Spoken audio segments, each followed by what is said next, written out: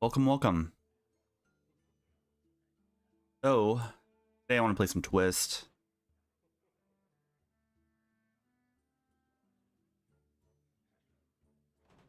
And I've been playing a couple decks here.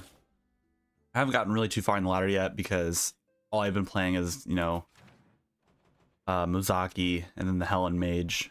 And so those decks are pretty hard to beat unless you're playing Quest or, well, either of these two Quest decks right here. But, yeah, I just want to have a little fun with it and see if we could grind with it. I really like the Pure Paladin list for Twist. Been pretty fun. It does kind of lack some draw, aside from, Bannerman and Hand of Vidal. Do they play Sigil, or are they allowed to have Sigil in this one? Not missing it, am I? No. Okay. Is there any actual draw?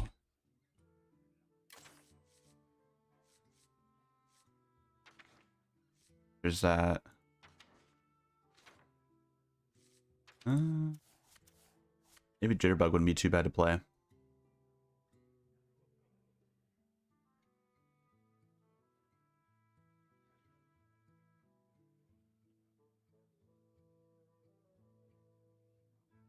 And we'll just leave the deck as is.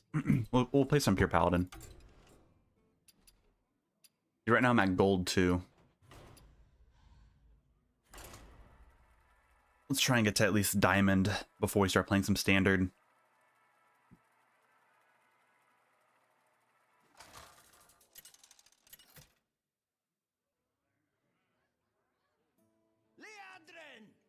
Hey, Druid. Guide me to victory. My blade burns with holy fire. I don't really want double Disco Maul in my hand here, but I do like an Anointment and Disco Maul here. Hand of Vidal is not bad to keep either because it's a draw, and that's kind of what I found out with this. That kind of lacks. There's a lot of like really strong cards by themselves, like McGurgle here, Cariel, and stuff like that. But your hand just kind of falls apart very fast. So like Cariel doesn't seem as good because there's a lot of times when you don't even have a full hand when you're playing her. But I'll keep a hand like this.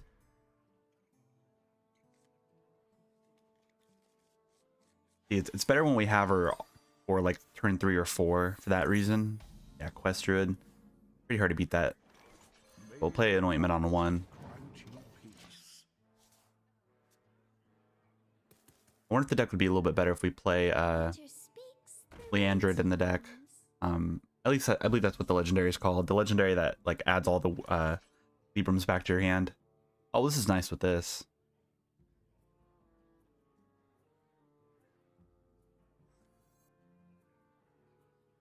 I think I could get away with playing this right now. I could play this right now, trade there. You could only play one of the free spirits, and you won't be able to tap and trade into it unless he has like a rake.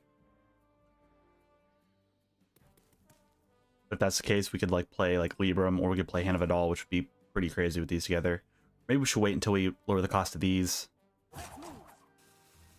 I'll do this first.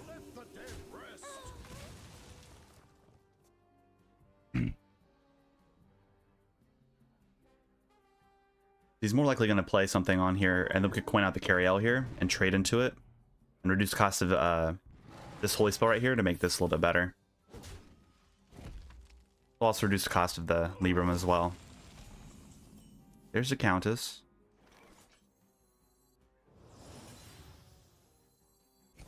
Could have played the Disco Maul there and just passed, but I do want to set up for this play here.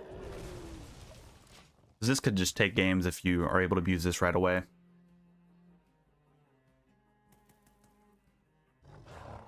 Ooh, you had the Park Panther. Okay. At least that's dying.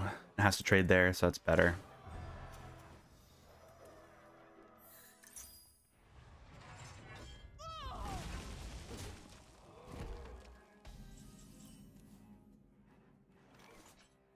Okay, we'll take the turn to play a Disco Ball now.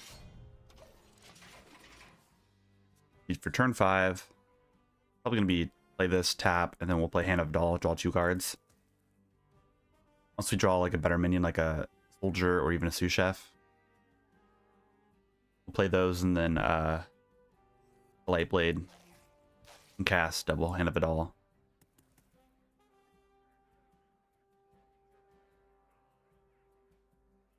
Yeah.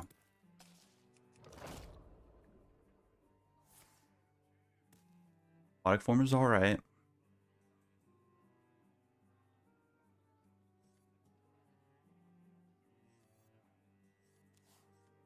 I do like being able to have this on turn 8. This is going to be really helpful against the quest here and dodging that big burst of damage that they could have. Oh, well, you know, unless they get to it before we can even get to turn 8. Time waits for no one. It's very possible. Man's not bad. Really? It's not too heavy. Oh, McGurgle. I love this card so much. McGurgle's so fun. I really like this too, especially with the Purator, because after this thing dies, you can pull it out of the deck with the Purator too, which is just really insane. I do like the deck can be adjusted a tad bit too, especially to make the Purator a tad bit better, because it only pulls the Light Ray and where's that? McGurgle. Which isn't like a bad thing, but it's a tad bit not as impactful sometimes because we're not playing as many Paladin cards as we are like in standard. Like we were playing, you know, pure deck, but like we're not able to jam out a lot of them very fast. That makes sense. Okay. This is a 3/3 buff. Play this. Cast it there. That's fine. That's a good card to see. We can actually play this here, and then we can also play this. Allows us to trade here nicely. We actually reduce cost here too. We can actually go really wide. I think I'm okay doing that. If we get the buff here, that'd be nice. Ooh, that's amazing.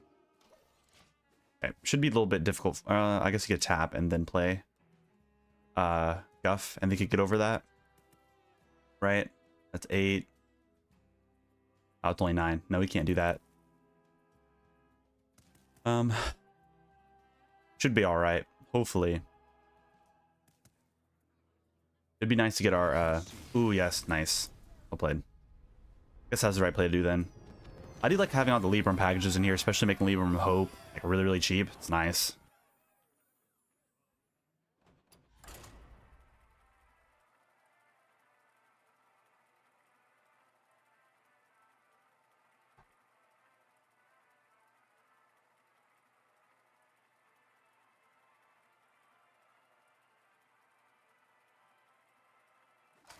Fingers crossed for not playing against any mages, because gosh, I hate day 1 was so bad. I played it for like 4 hours straight, and I only saw mage, and the very first other actually I really like this hand here, not bad.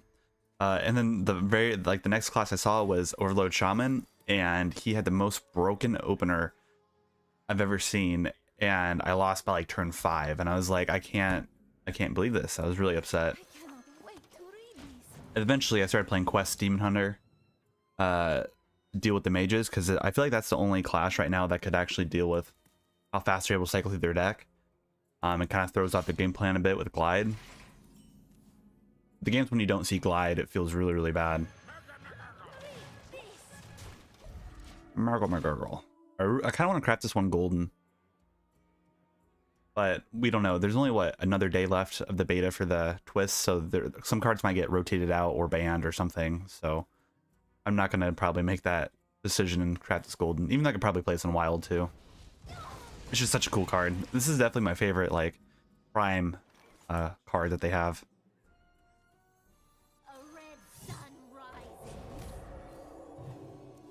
Ooh, I like seeing that.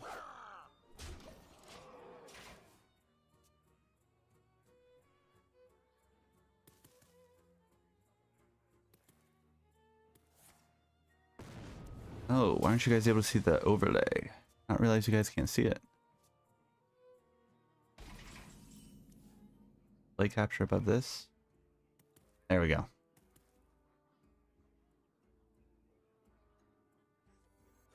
Really? All right, we'll buff that up. It's not too heavy. Libram's nice to see. We'll play this too.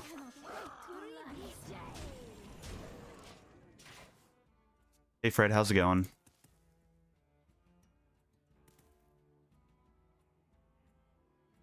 This is Twist.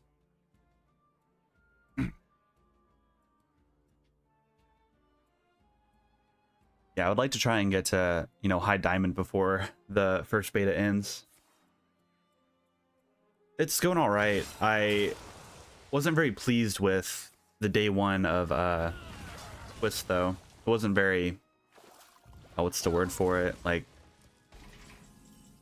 I mean, I think they knew what they were doing when they actually, do I want to coin this out right now? Because we'll automatically pull out the McGurgle Prime here. Actually, don't think that's too bad. Also get double light right here. And they're cheap too. Look at that guy. Oh my gosh. And sous chef. We'll play this here. So what I was saying, like, I feel like when they, you know, were designing Twist, they would have already figured out how to, you know, they would have already known, like, for Mage, for example, the Helen Mage or whatever, they would have figured out that there's only one dragon out of all the sets that they added to it. So whenever they play Dragonfire Amulet, it would only summon up that one dragon. Like, that's something like they couldn't have let slip. Like, that's something that's like a pretty hard thing to not do.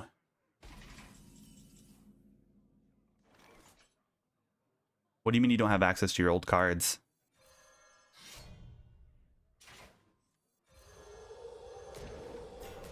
I'm not going to overextend too much into this. They probably have a way of removing everything here. I think I do just want to jam face here, because we do have the McGurgle Prime, so if he wastes a big board removal on this, I'm actually happy with that. Wanted to create a mage deck for Twist. I did not have access to my old cards. Like, do you mean that you didn't have the sets that they that were a part of the Twist, or like did you like delete your account, or do you have a second account, or what do you mean by that?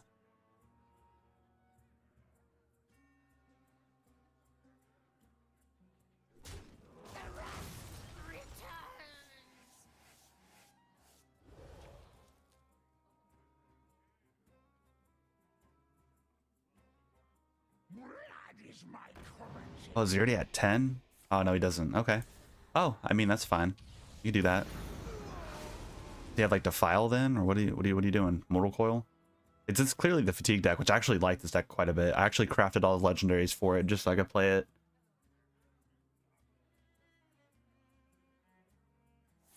I thought we were supposed to be able to use our old mage cards for Twist, like Wild. I mean, there are wild cards in Twist, if that's what you're at, like, trying to say. Do we just have lethal here? I think we do. Runes guide me. Yeah, we do. Well played.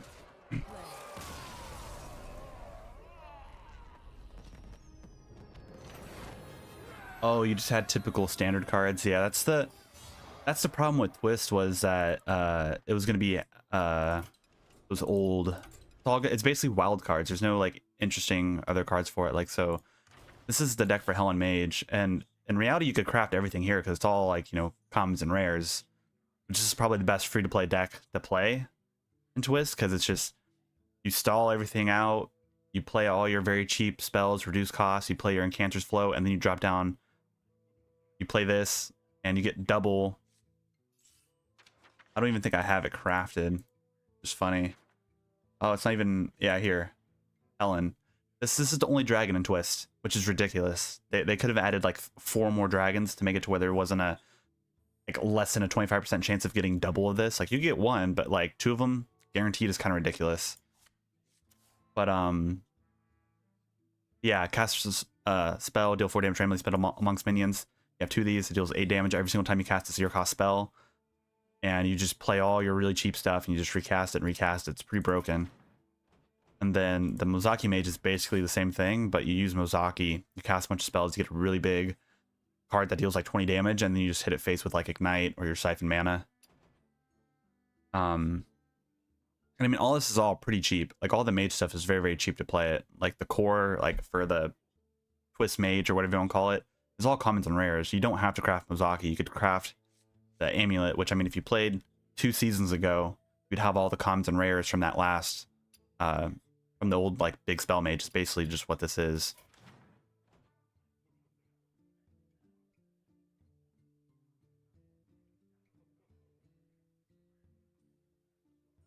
You still have all those cards. I mean, yeah, I don't think it's worth crafting Mozaki because this card's probably going to get banned. Or it's going to rotate out and they're just going to ban this one card. Because I think like Mage as a core here is fine. But they need to add more dragons in so this deck can't be broken. Because if you look at like all the decks that reached, you know, top legend, it was only Mage and Quest Demon Hunter and Quest Druid. And those decks are extremely fast and extremely aggressive. Which I don't think, you know, we just beat Quest Druid in the other game here. I don't think Quest Druid is too broken, but like it's faster than other decks. I feel like it's fine. There's like way other, you know, there's many other quest packages stuff that they don't have in that would make the deck even more better, or more better than it is right now. And so I'm happy with how it is now because it's not as broken. Like the Giants, if they had Arcane Giants in it, it'd make it a little bit harder to deal with. And then Quest Demon Hunter feels fine. I mean, I really don't like Dark Raven in the deck, but there's times when it's just so crazy with Walper here. But like other than that, like if you don't open up your Glide, where's it at? Your Glide against any of like the Druid or Mage decks, you just kind of lose. And this is the one card that kind of counters out Mage. And I mean, there are other decks, you know, there's the Overload Shaman, which I mean, it's an alright deck, but you can still open up pretty badly with that. I did see some like Shaman or some like Totem versions running around because Totemic Reflection's a card. But that deck wasn't, you know, all that insane. You do get Stone Right in it as well. And also something else that's kind of interesting is the Enra Storm Crash. You play with Doomhammer, and you know you could have some like pretty crazy lethal plays that way, or even with, you know, Horn of the Windlord, which is kind of crazy, but and also kind of dumb too with the Overload Shaman with oh, what's that spell called? Charged Call. You go up to 8 and it sums up a minion that costs 8, and I don't know if you realize, but this is a minion that costs 8, this is a minion that costs 8, and then there's Gigafin, there's this. There's just a lot of really broken 8 cost cards. I guess that's not really a broken one, but like for any deck to get, like for that one specifically to get, like these are all really good cards for it to get. So I feel like the 8 is pretty broken. Like there's nothing good in Mage there, but like the Beast, nothing there. Unless I'm missing something. Yeah, you don't really want that. Yeah, Druid's not all that good. There was one deck that I ran into that made it a little bit harder to play Mage. But you kept all the cards for the past 4 or 5 sets, so you should have them all. Yeah, you should be fine then. Yeah, you should be able to craft without a problem. But I think Big Demon Hunter, after like a patch or whatever they decide to do with Twist, I think Big Demon Hunter is actually going to be play to go because of this, you know, one demon right here. And I don't have it. Like I used to have the card, but you know, I wasn't a big player in Wild until recently. But Felsoul, this card's been nerfed and then they reset it back to its like original thing when it rotated to Wild. But this card's going to be pretty broken with all the demon support that they're going to have in Twist, because there's a lot of demon stuff here.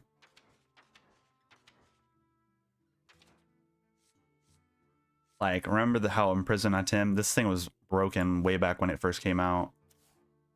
Cost 1 if your hero has 6 or more attack. That's pretty easy to do. Even this card right here, Death Rattle, summon a random demon from your hand. It's not bad. And having Kurtrus back into the rotation's good. Dialogue is good. Hulking Overfiend's not bad. This card's good. At the end of the turn, deals 6 damage randomly spent amongst minions. Inquisitor's good. Brutal Anilon's good. Ancient Void's good. Tormentor's good. Like, you could play like one of all these demons and have a really like high chance of hitting everything. And even like the Pit Commander is not a bad thing to do anyhow, or to craft as well. And that deck is going to be good because it's going to make Mage slow, it's going to make Quest Druid slow, it's going to make Quest Demon Hunter slow. Of course, that means you're also going to have to hit, you know, all the right cards to make that happen, but Demon Hunter has some pretty good control elements to it. Yeah, it should be really good in Twist, but the problem with it is you have one legendary that cheats out a demon, and Mage is able to, you know, deal with it right away because they have all their cards reduced, you know, all their spells reduced really cheap, and they could just, you know, spend 3 cards to remove it while also getting more cards from doing that. So All hands on deck.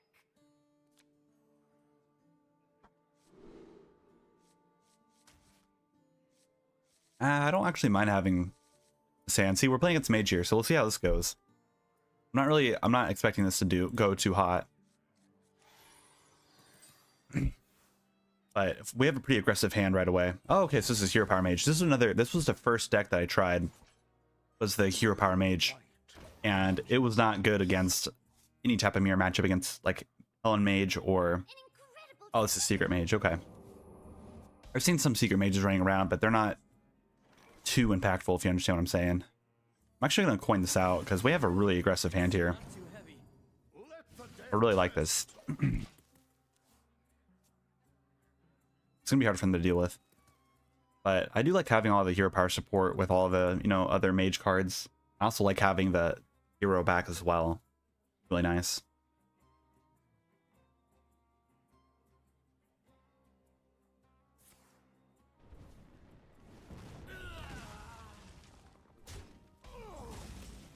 Ooh, another Alliance Bannerman. Is that like too greedy to do that? I think I'm gonna do it though. Really, it's not too heavy. And there's no way they're going to be able to deal with some 4/3s and Divine Shield.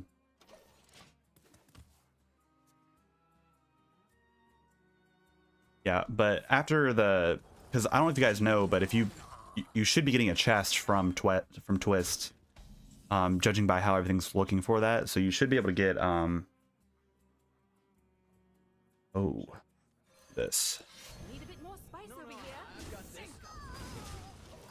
But it seems like, you know, every time you rank up here, you get stuff added to the chest, and and it's showing the animation for cards and stuff like that. So I'm assuming when in the day or a day in like 8 hours or however long it is, when Twist closes the beta, you should be getting a chest, which I'm assuming they'll give you like cards that will, you know, go towards Twist, which is what I'm hoping for, but I'm not really sure about that. But I'll probably start investing the big Demon Hunter and Twist and hoping for that. We definitely play this first. Objection. I don't know why you'd play Objection right there when you knew I had this right here, but that's fine. First secret you play each turn costs 1. Okay. Reporting for duty. A red sun rises. Yeah. I think I'm okay breaking this right now. I don't want to overextend too hard. We'll do this here. Reporting for duty. Wherever the best land is fine. Yeah, 5/5 is all good. Turn 6, they've only played 1 of this. That's only at 2. Yeah, I'm okay with doing that.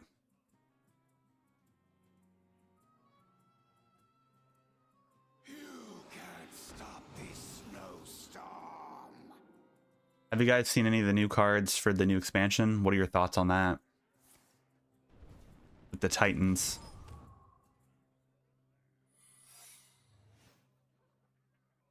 Yeah. Like having Snow Flurries back is really nice too. Such a good card. I'm kind of scared of Objection, so I'll play this here. Sun rises. Okay, another Objection's fine. At least it didn't hit this. Lion and my family, I fight.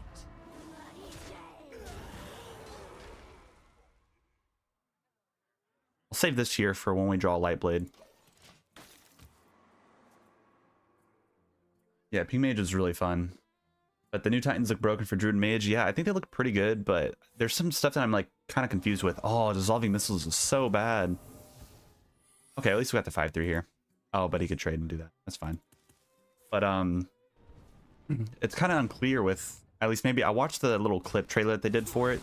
So for the Titans, if they come on the board, right, and you know they have the abilities, right, but they have to cast all 3 abilities before they could actually attack. Does that mean that they're like dormant, or does that mean like they can't be, you know, board removed, traded into? Because if that's the case, all the Titans are gonna be extremely slow if that's the case, because like, you know, they're all like what, 8-10 mana. So playing it like 1 card for that turn and only getting one ability off and then it dying because your component could remove it next turn. That just seems like it's not going to be very good. I went through double of that, so we could play this without dealing. Right, that can't be counter or objection, right? Okay, we're good now.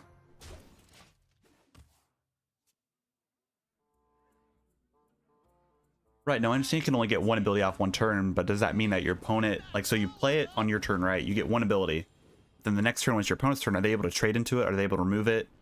Because then if that's the case, and you're only playing one card and getting one ability, that's not good. Like, for Druid, it's really good, but for, like, Mage, for example, you want to, you know, do the other two and then, you know, deal 20 damage or make your opponent's cards cost, you know, 4 more or however much more that is. It just doesn't seem all that, like, impactful. Like, did they, like, clarify about stuff like that? Because I'm not sure.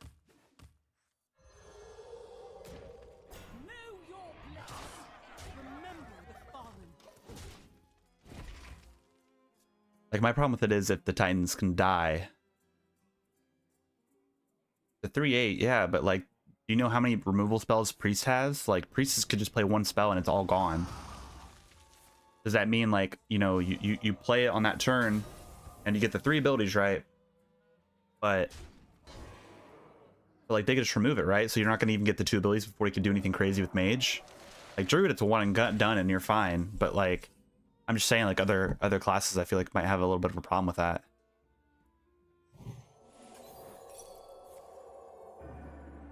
Yeah, that's fine. Yep, well played.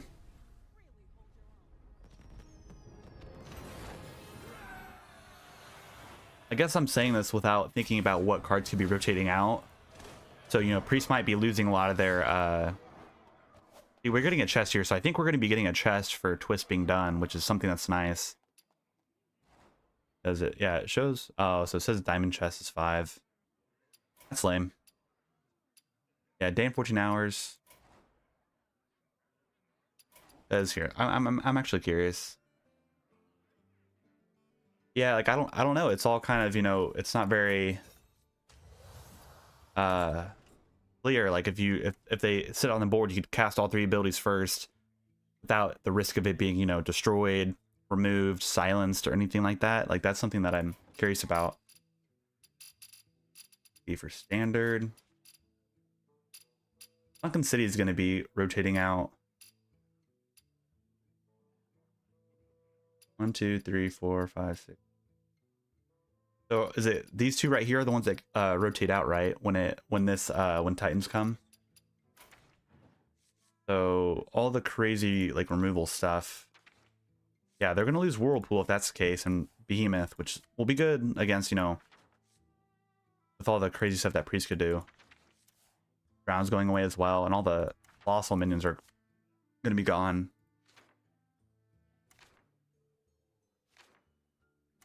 Mage will still have a lot of removal. Let's see, what about Warlock? Oh, all the curse stuff is gonna be rotating out. Oh, and Gigafin.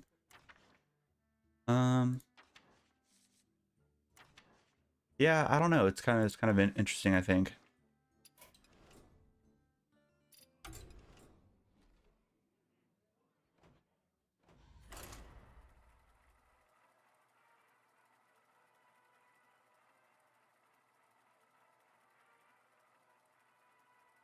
I don't mind the Colossals, really. I feel like they really round out some decks. Like, Leviathan is such a good card for Paladin because it lacks draw, and it lacks dredge effects. Like, I don't think there's very many dredge effects in Paladin in general, and so that was, like, the one card that they got that wasn't a neutral card.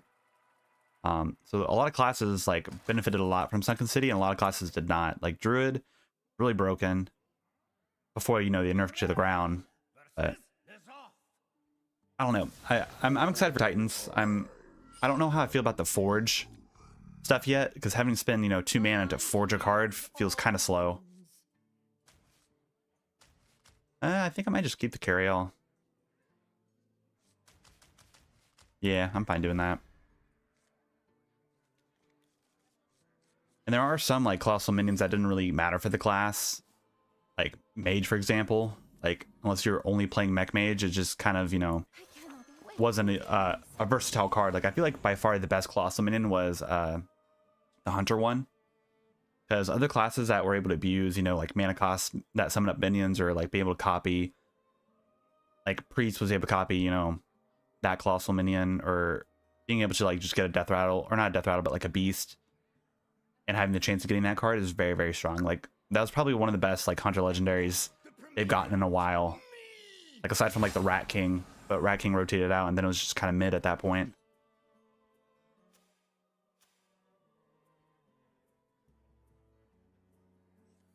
Need a bit more spice over here. This.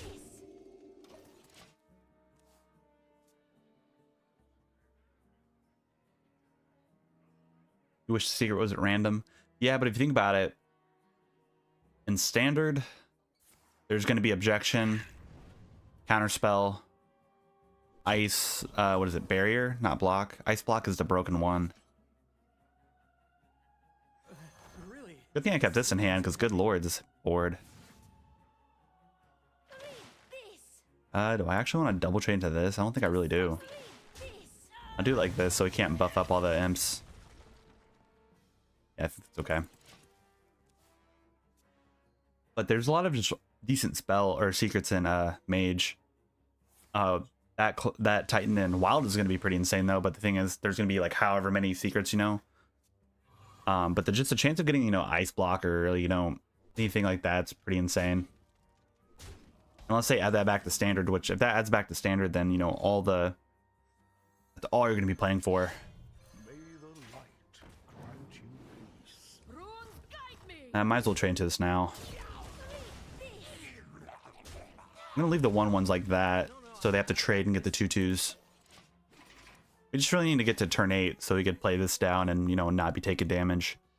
I wish that they kept this 7 mana. Like, I know like how when stuff rotate back to wild, they just they revert back to the normal stuff, but this thing should still be at 7 mana because it's not as broken now compared to all the new cards that they have. Like, we're gonna have to coin this out on turn 7, which is gonna feel not all that great. Puritor's not bad. We need to do this now, I think.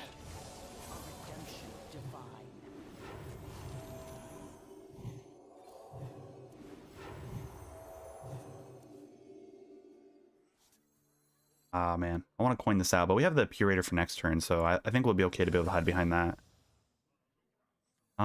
We know... Let's see, we already played one of these. I'm going to play this here. The chance of getting, like, Libram Hope will be nice. Okay. That's not bad. 4/4. Yeah, we'll do that. Lands here, that'd be nice. Well, that's a 10/10. Good like that.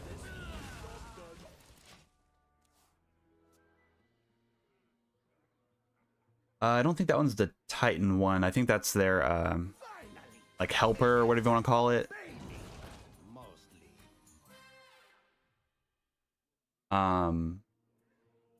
Their assistant. Like, it's not the Titan. It's just the guy that summons up the... Unless did they release a new Titan? I don't know if they released a new Titan. Well, this kind of feels bad. They've actually had a really good opener against us. We could play this here. We'll draw 3 cards, so it's gonna burn one of our things, which I don't really like to do. Feels bad. We can't even play this.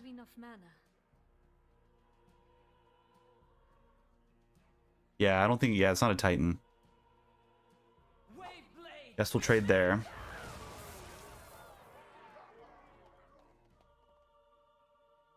I guess we have to play this to hope that we don't burn our McGurgle and we get one of our, you know... Yeah, Light Rays. That one's gonna burn, but that's fine. I'll play this here. That's gonna slow them down. They shouldn't have lethal. I would have liked to play this so we could have had this for turn 7, but we would have been dead at that point. Yeah, I don't know. I guess I could check to see if they have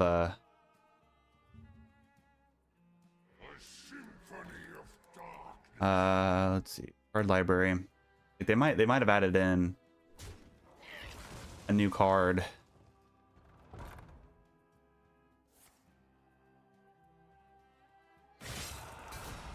Yeah, tier. The 7 mana 4/5. Yeah, that's not a Titan. Yeah, okay, yeah. They haven't released anything else yet. July 3rd. Okay, well, that's unfortunate. See, the next reveal is July 3rd.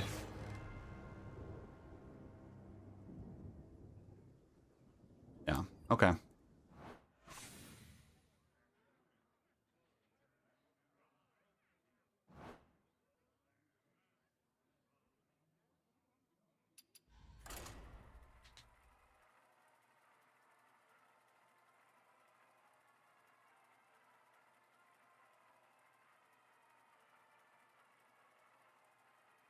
But yeah, that Paladin Legendary is gonna feel pretty good. I'm really curious if it's gonna keep, you know, like the magnetic support stuff, you know, how there's Kangor's like Endless Army, that spell, and how it's able to keep all the magnetic effects. I wish that card, or maybe it's not like shown yet, but maybe tier will be able to allow you to keep magnetic effects. So like, you know, you could play like odd mech paladin wild with tier in it now, and you'll have another way of like resumming up mechs with all their magnetic effects, which in reality might be too broken of a card, so they probably won't do that, but I'd really like it if that was the case.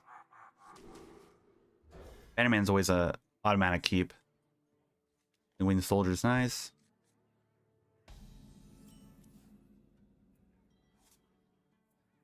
Our meeting was fated.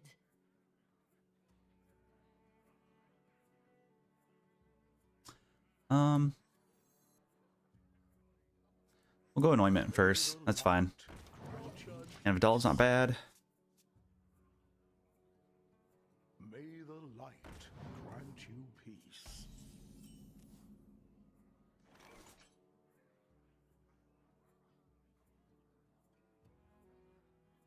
Okay, so we're going up against a mirror here. I think I might just do this. Draw a card. Okay, that's nice. We haven't seen this card yet at all today. The dead rest. Play this. This will get buffed up. Reporting for duty. Lightblade's really nice to see. Really, it's not too heavy. Good hand of stuff to get buffed up. Go face again here.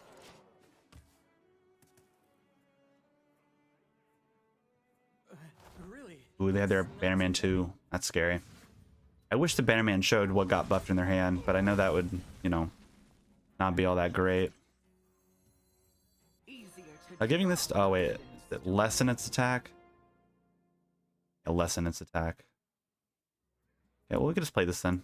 Fine. May the light What if we draw? Yeah, we got the Libram Wisdom here. You know, I'll just play this right now. That's fine. We could play this on turn 5 and play this if we want to. We could also play Lightblade into Libram Wisdom, which isn't bad either. Okay, he had the same idea I did. Let's see here. Only a 1/1 buff, so landing anywhere else isn't really gonna be doing too much here.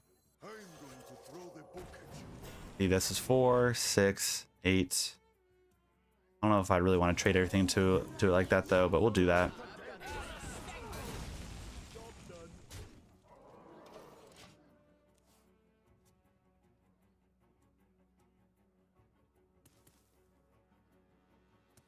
I cannot wait to read these. Okay, that's fine. May the light grant you peace. Ooh, that's really good. Okay.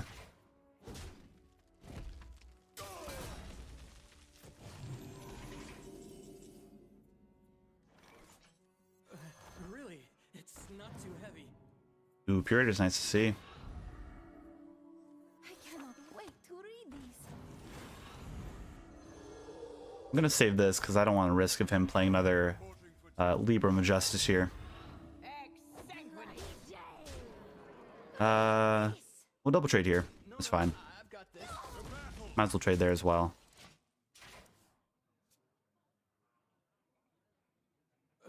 Really, it's not too heavy.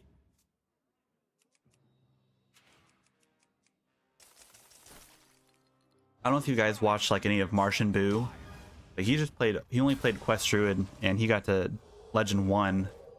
And I'm pretty sure he might have been the first one to get to Legend 1 as well in Twist. But there's some other, you know, people that were saying that they got there too.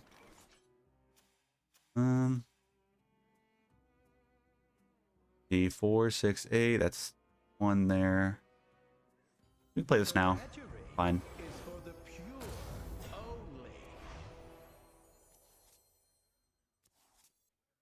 Bloody day!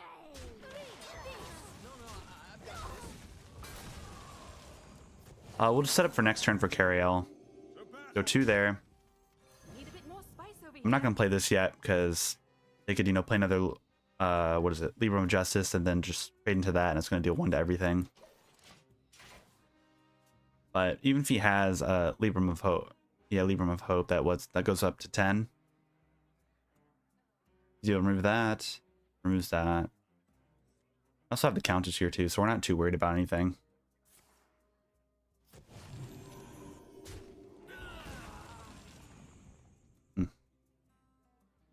You got it, Libram of Hope. You gotta play that.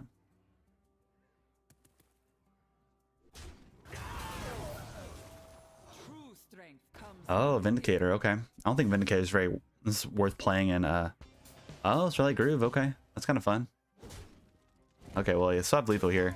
our story tragic, Oh, he has the golden one. Okay. divine.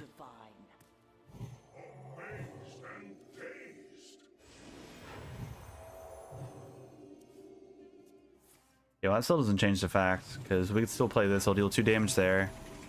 Then we just hit with the weapon, so we still have lethal. Our hardships only strengthen our resilience. Remember, Astonishing!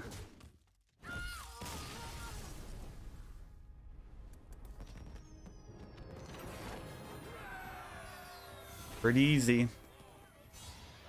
Outpace the pure. Although I think his was a bit more control oriented.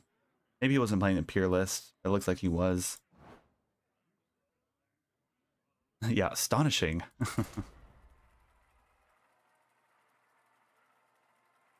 I do really enjoy the Libram stuff. When I was like my freshman year of college, when I was qualifying for nationals for Hearthstone, like Libram Paladin was the deck that I played, and then the old like Control Shaman was the deck that I played as well. And then like my other 2 decks were just, you know, whatever I felt like playing. But those 2 decks were like the reason how I placed very high at nationals. I will bring order. all Um, hands on deck. I mean, these are 2 keeps automatically.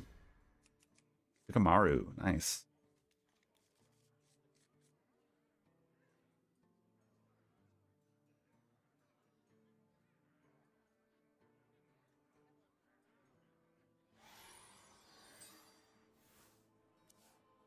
See, it seems like we're only playing against Paladin. If we really wanted to, we could play Mage and probably have like 100% win rate against all of them.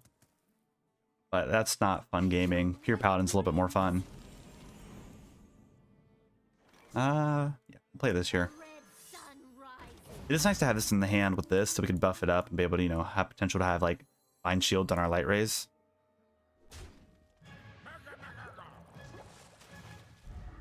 Margo. Ooh, and we got the Light Blade. I might just coin this out. Really? It's not too heavy. Bloody day! You can trade there, get it free, trade there. Bloody day! Bloody day! I guess I'll trade into the Vine Shield, that's fine. Probably gonna play in the Disco next turn since we got all this right here. Because we could pull out a Holy Spell and it could be whatever it needs to be for Lightblade. So we could abuse Lightblade with a lot more easier in Twist than we can in Standard, I feel like. There's more Holy Spells and stuff that could cast on to other cards multiple times.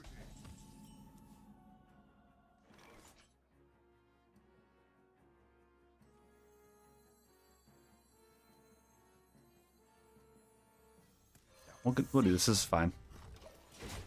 No Hands Gamer usually wins. I mean, I think he's always like top 5. He normally doesn't end like Legend 1 every single season though. I think Meaty's the one that's more consistent that way. Reporting for duty. Because Meaty, he's always top 10 every single day. And, you know, is going back and forth between, you know, Legend 1 to Legend, you know, 5. Play this. This is going to go up to 5. Which is nice. And we can play anointment here. May the light grant you peace.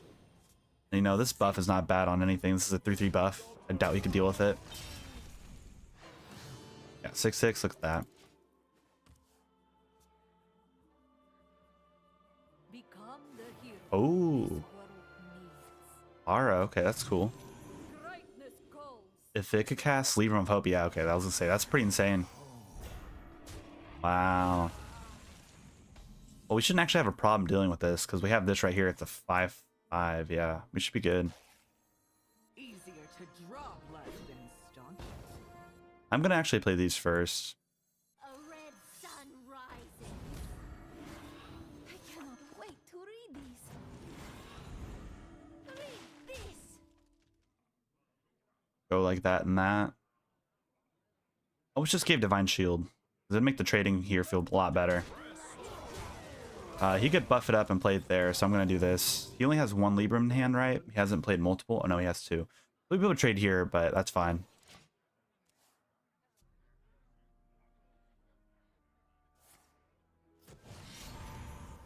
Okay, well that's, you know, not all that great, but it is what it is, I guess. Or at least like Libram Wisdom is a good card, but now just in comparison to all the other buffs that Paladin has now, I don't think it would really all that be that broken. It's just a 1/1 buff now, which is all right, but it's not, you know, top tier anymore. Alliance and my family.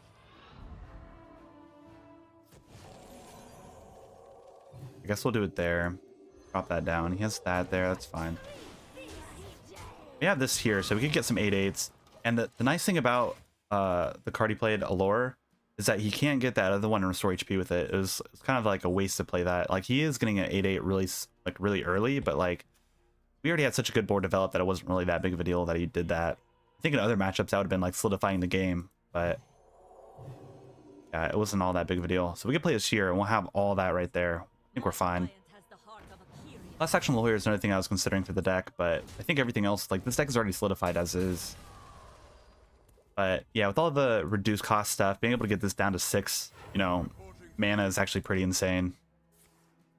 Maybe Libram would be pretty broken in standard, but I think, you know, at some point it will be back in standard because it's going to rotate in eventually. Something to be aware of, but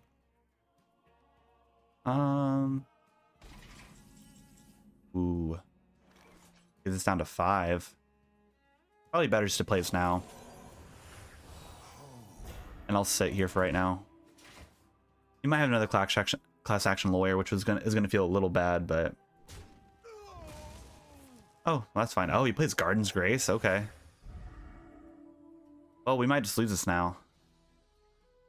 I don't know if I have a way to deal with the 10/10 and Brasswing. What? This guy's playing a very greedy deck. Hey, Purita's not bad here. The menagerie is for the pure only.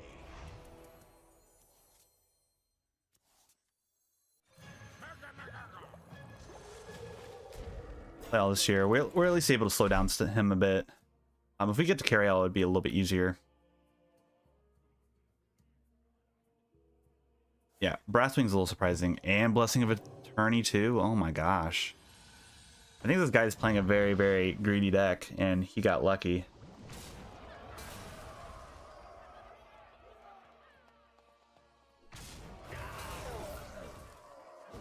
Okay, we're able to take that 10 damage? Yeah, okay. We just lose.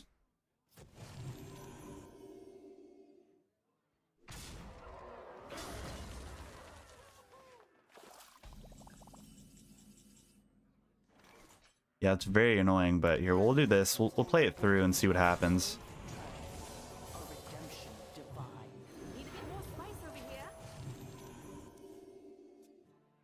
Very unfortunate. He literally had Garden's Grace into Blessing of Eternity into a Brasswing. That's really dumb. How's he even played Holy Spells? He's played 1, 2. Oh, I guess all the Libram's playing. Oh, he also plays, yeah, Lady Liendrid. Okay. Hey, this would not work against any other deck, but we don't play any like hard removal stuff or any type of like, we have the one Libram of Justice here, but we're kind of an all-in type of play style here. Not bad, but yeah, I don't know. I think Blessing of Eternity is actually a really good card. You didn't get being able to, you know, 5 mana give any minion 8/8 in stats is pretty crazy. But definitely not worth to, you know, change up my deck. I think this is a lot better as is. Yrel versus Sarad. Time for a remix. Light, guide my hand. You don't keep Hand of a Doll for the draw. If this is any of those mages like Mozaki or Helen, or Hella, or however you pronounce it, it's gonna feel pretty bad. Ooh, we got McGurgle. I'm getting McGurgle on too.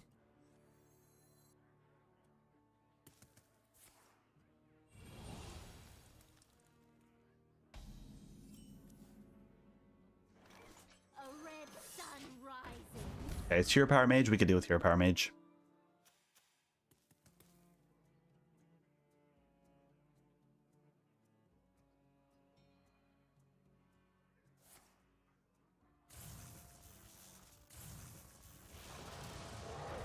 Huh, okay. What does that one do after you play mental? Oh, okay, that's cool.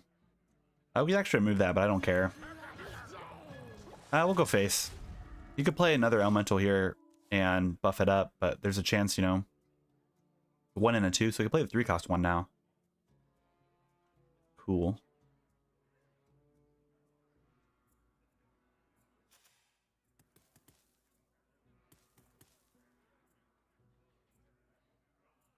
I do wish that they added in Solemn Vigil into Twist, so Paladin could have some draw.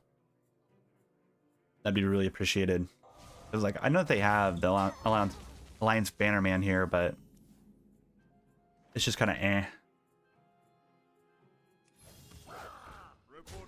We want him to kill this. I'm really happy Mage doesn't have any silence. Because also I hate playing McGurgle against like Priest, because they play, you know, a bunch of silence stuff. Or at least they have like Shardar Naru, and so then they always play it whenever they see McGurgle. I don't get my 8/8 or my 8 cost boy. I forgot its other stats. It's like a 5/3 or 5/4, whatever it is. Oh wait, let me see it. 6/3. I was not right. I was not right. Oh, Cariel is really nice, especially with this hand of holy spells.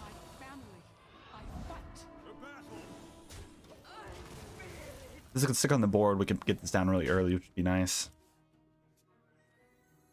This also makes it go down to 6, which is crazy. Although Truth Seeker is like just a really good card in general. This card, it's a 5 mana 4/6 taunt. Reduces other cards in your deck. It's so good. I will crush your delusion. Got another one. Okay. Sure, sure. Darn.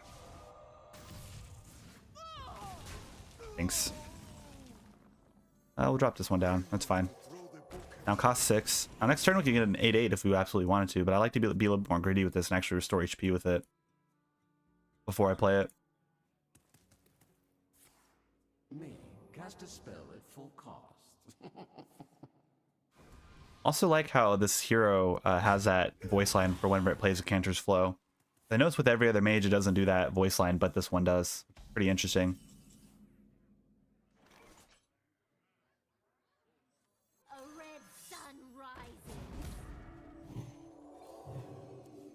Oh, double light ray. Not bad. We'll do this.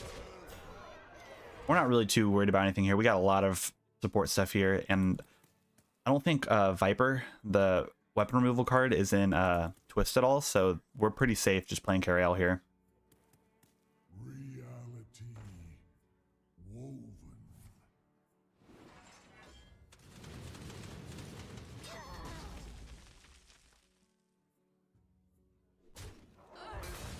Right? Yeah, I know it's a new one. Like I think this is what you get from the one pass Remember this day, for you are from the Tavern Pass, whatever it's called. I'll trade into this. It's fine, so they don't gain more armor for playing spells.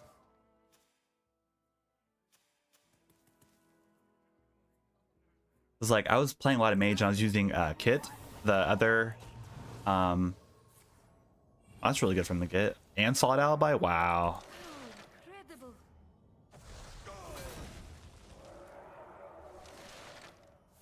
targets enemies as possible. That is interesting. Well, I guess I'll play this now. I don't really want to play these just yet because I want to be able to buff them up. Our hardships only strengthen our resilience. And I mean, we might as well trade here just to get out of the way because it is like what spell damage. Oh, it's only spell damage 1. That's fine.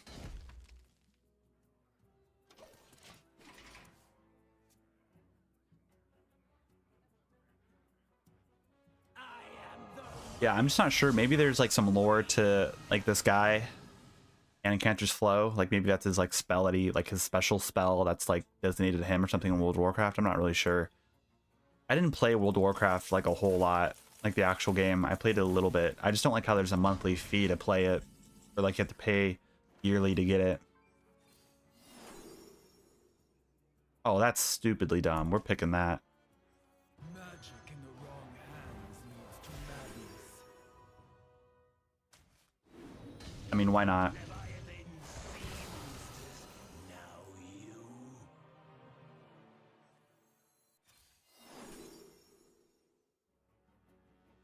Oh, that's easy. That deals 6 all in. That deals 8. We don't have any arcane spells. We are only taking half though from this, so we could always have a taunt, which is actually kind of crazy. I don't think we really have to worry about a board, judging by everything here. Oh, we could tap. That's nice.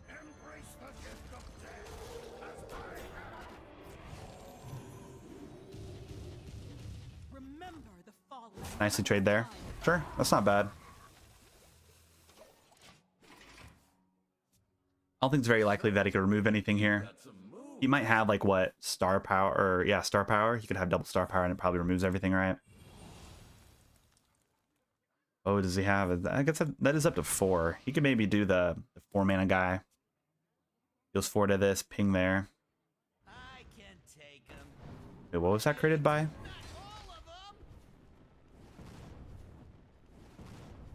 We also leave him hope. The hell in here. Font of Power. Really? I can take him. Miracle. Wait. All of them. We still have lethal here, but yeah, that's cool. He had a little bit of a play with that. Potion of Illusionist, sure, sure. You can really hold your own. How does this work with this? Oh, it does take 5. It doesn't take half. That's interesting. I guess that's fine. I cannot wait to read these. Extended BM, here we go.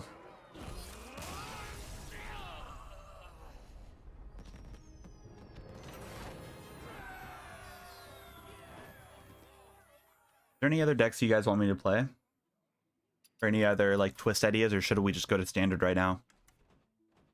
I think I'm at Diamond 3 right now in standard. Oh, Diamond 4, okay. I was playing Relic Demon Hunter with the new location, and it's been pretty busted with that specific with that in the deck.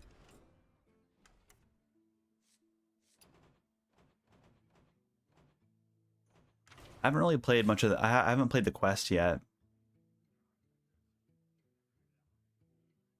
I don't think we want to play the popular Pixie or that in there.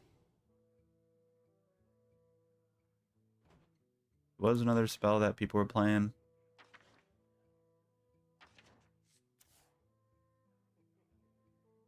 I think Resizing Pouch is something I saw people playing.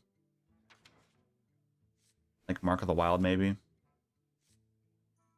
No, not Mark of the Wild. This one, Mark of the Spike Shield.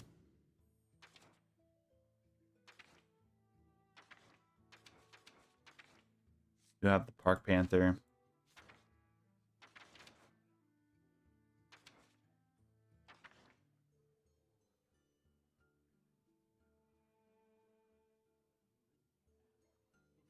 Can't complain with standard. We could do some standard. I don't mind that.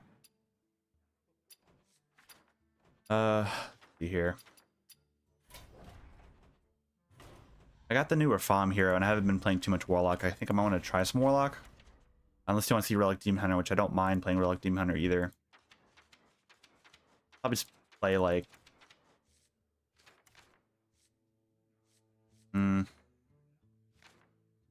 Probably play like the big Warlock with all the stuff there. I think that's been pretty hot. I actually haven't seen standard stuff yet. What's happening with standard? The Hound Hunter is still really good. Pure Paladin's still good. Range Warrior, Imp Warlock is doing good as well. I really want to play Imp Warlock though. Bird Mage is up to 65% win rate. Surprising. My Evolved Shaman list is actually doing well too. And Range Warrior.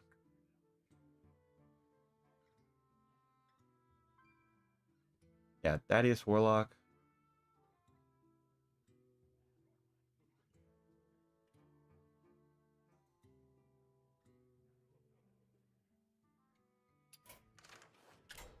They have this list right here.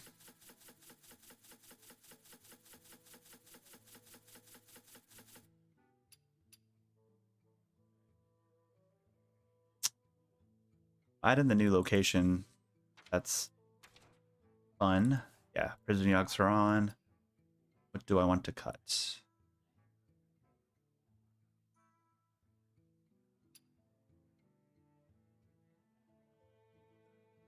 I really don't care about Alexstrasza, really. Add this in. We'll play this. Let's add in this guy, though. Time to execute my ingenious plan. Okay, yeah, we'll play this.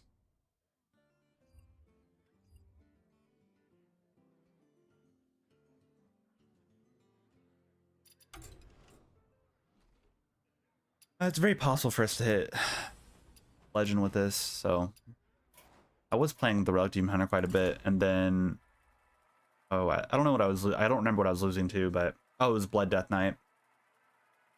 Kept playing against Blood Death Knight that just had all the removal pieces at the right time. I just felt bad. Demon Hunter, okay. Might be big Demon Hunter. Let the sparks fly. You are just in time to witness the culmination of my genius. It doesn't work with Magister because it's not you casting the spells, it's the location. So Magister doesn't recast them. At least it shouldn't, because it doesn't say that. It doesn't state that you're casting it. It says that it casts a random one.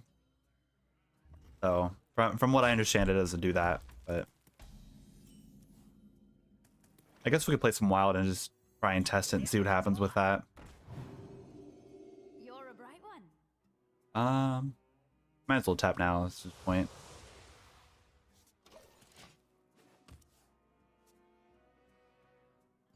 Which, I mean, that'd be really cool if that was the case, but it costing 7, like, it's also a very late game card. And it makes more sense for control decks to play it rather than, like, a deck playing Magister.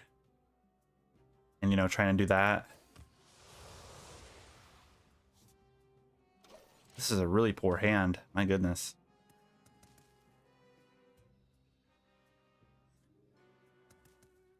I'd like my void colors and my slimes. The more you struggle, the better.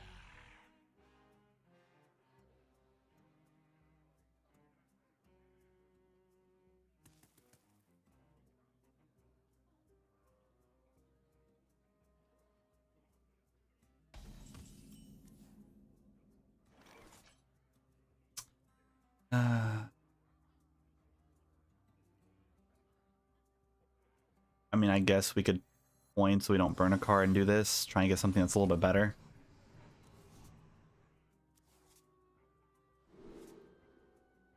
This is really poor.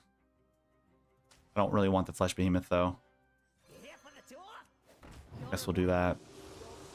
Okay, there's a slime, finally. Okay, well, at least we have something to happen on turn 5. And any of these getting hit is not bad.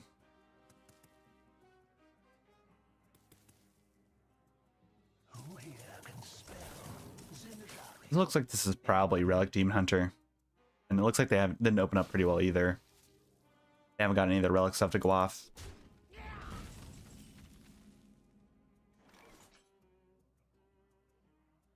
We've only had, what? Only 2 guides die, so there's really no point. Guess we could blast that. We don't really want to tap either because we'll burn a card. And that could be anything that's, you know, useful.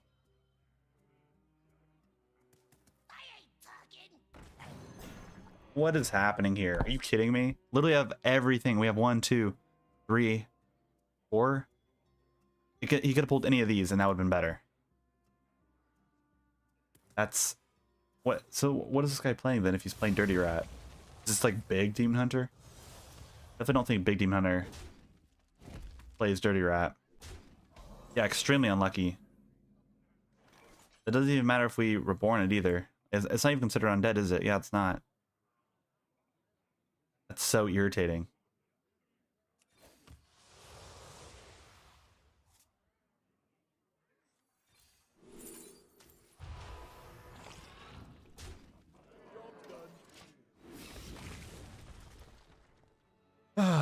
Gosh, this game sometimes the RNG is so bad.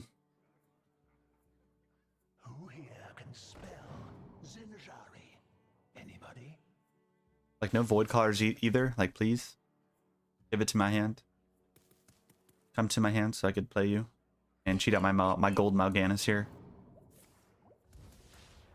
Okay, so it is Relic Demon Hunter, but he just texts in Dirty Rat, which I don't think is the right thing to do. Okay, well.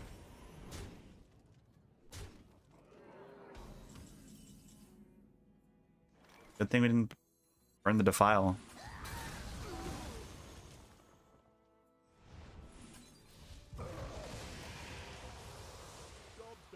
Oh my god, this deck. I cannot. How's this deck, you know, higher than a 55% win rate? Like that's the thing I don't understand. How is this, you know? The luck is so bad.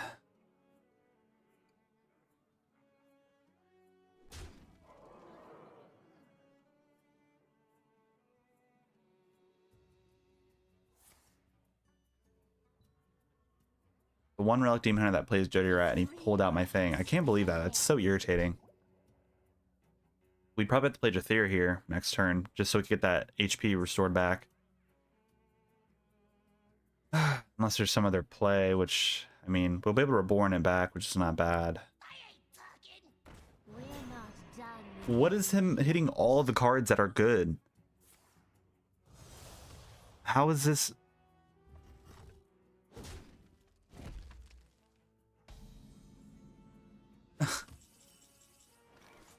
Literally, again, he could have hit Thaddeus, he could have hit Mal'Ganis, he could have hit this. He could have hit Flash Beam, he could have hit that.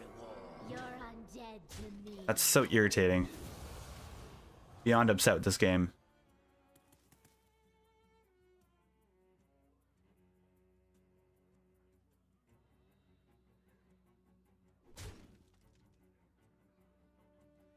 Yeah, like no one, like no Relic Demon Hunter plays Dirty Rat, and there's never a chance when this like actually makes sense, because chances that, you know, your Relic of Extinction is actually big enough to remove something big that you pulled, like you're just benefiting your opponent at that point. But of course he hits all of the key parts that we needed. Let me fade away. Very, very irritating. Oh my goodness. Like we're probably gonna be playing the Reanimator here. We're not. I'm actually gonna add one back to my hand. If I could get this again. You're a bright one. It is too late. You cannot stop me. Beyond upset with that. Like we're gonna win this matchup now because I think he's kind of out of stuff he could do. We have another Reanimator here that makes up for the Dirty Rat getting stolen, or pulling it out of my hand. Ah, my goodness. Irritating. I guess we could also play Mal'Ganis here too. This is a, oh, it's only a demon then. Never mind then. This should be a demon and a undead.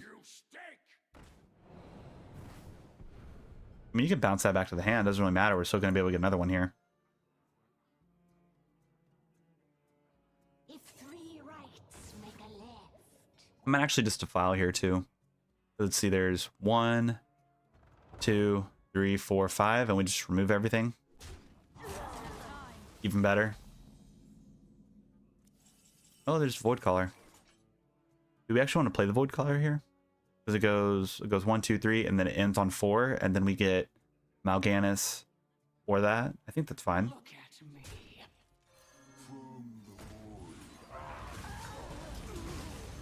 Yeah. Draw 3 cards. We have the 1 shallow grave here. I don't think we need 2. And maybe it's actually the slime. Because, oh, no, actually, if we play the slime here, we already have the big boy down. I'm going to pick Void Caller here.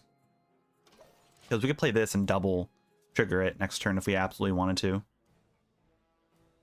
And I'll summon a bunch of copies of these, and then he can't do anything about that.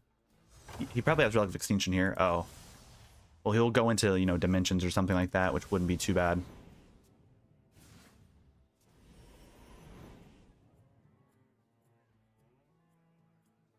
We hunger for vengeance.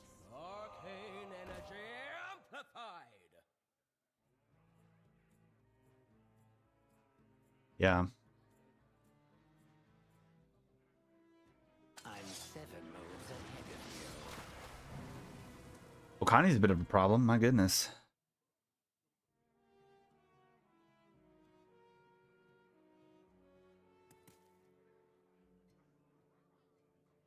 He also plays Enchanter. I don't think Enchanter's right to play either. Be able to remove it? Wow. Okay, dude. Well, we know this is minion for sure, which kind of stinks.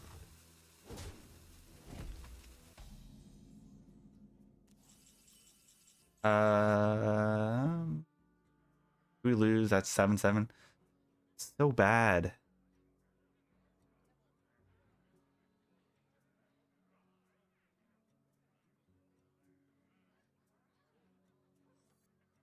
We're not done with you yet. Yeah, like there's nothing we could have done there.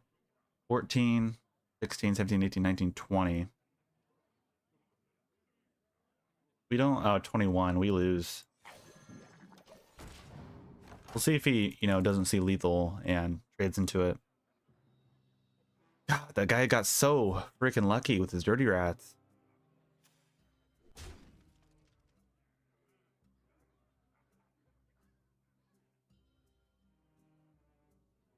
Don't look at your hero power. Straight into this. Yes, this guy's dumb. He missed lethal. Can't believe he missed lethal like that. Why would you play Xyla? Okay, sure.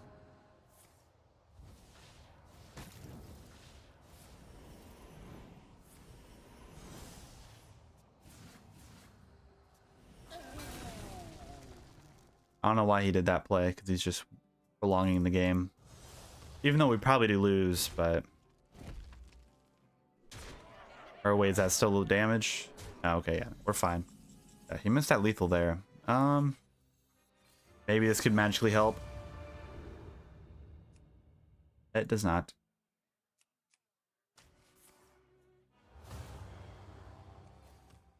That's so irritating.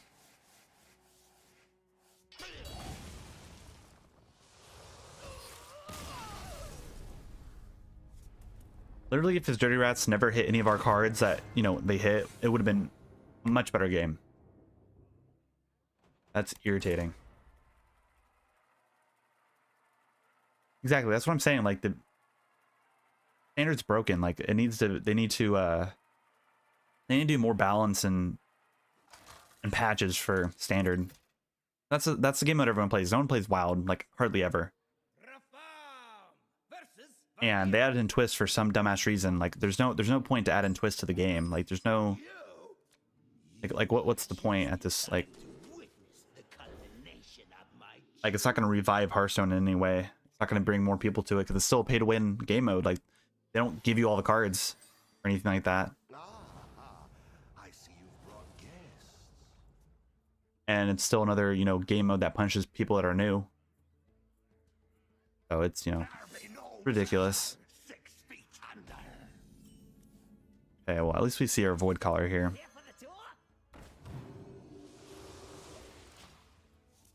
Like, I don't even think I played that last game terribly. Like, we did open up really poorly and eventually started getting better, but right when it started getting better, his Dirty Rats started, you know, pulling everything that was going to make our game playing a lot better. But yeah, I don't know.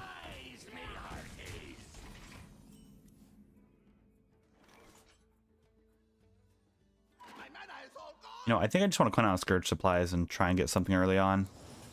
Need a demon for turn 4. Well, we want this guy for sure. We already have the one slime here, so it's probably gonna be turn 4, turn 5. I think it's a tour guide that we discard here, but I'm not really sure. It's probably between these two here. We already have the one here. I think it's the tour guide. I do like the draw, but we have a Scourge Supplies here.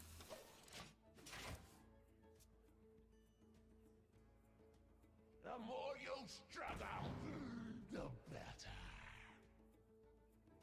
You know, I'll probably do this again for turn 3. Rise, me hearties. We got the Shallow Grave. Yeah, that's not bad.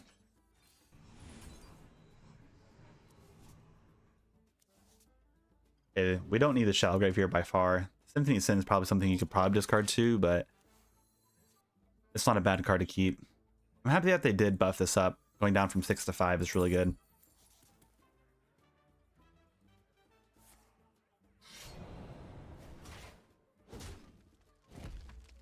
Rise, me hearties.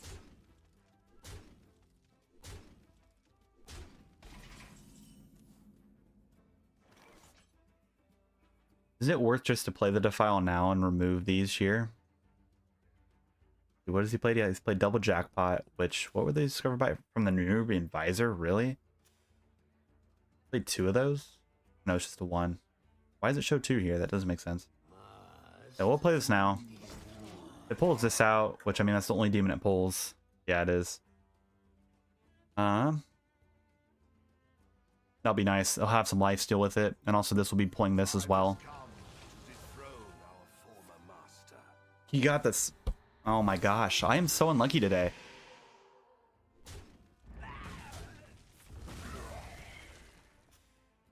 The one rogue that plays Deafen. What are the odds? That's so ridiculous.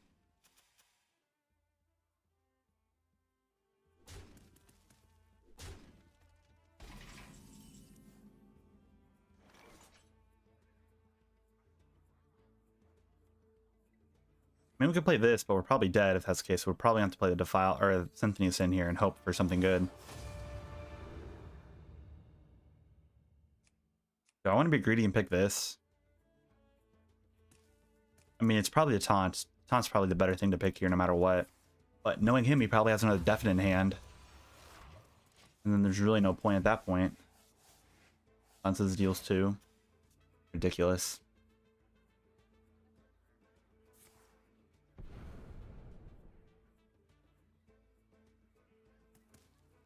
What did he play? Mixtape? Really? They're just gonna get a copy of Symphony of Sin too? That's ridiculous. Goodness, I hate all the decks I'm playing against today. I only make hits. Really? He plays one hit wonder in the deck? Okay, dude. And pirates? Sure, sure. Rise, me hearties.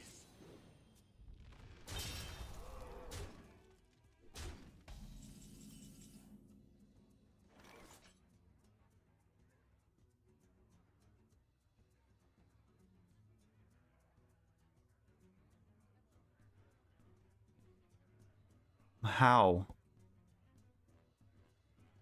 Do we even have an undead that's dead?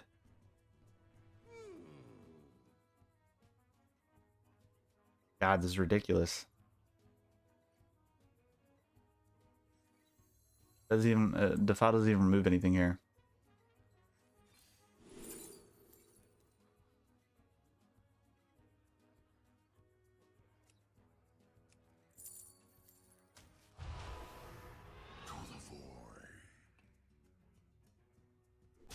Go 1, 2, 3, 4, and that should remove everything here.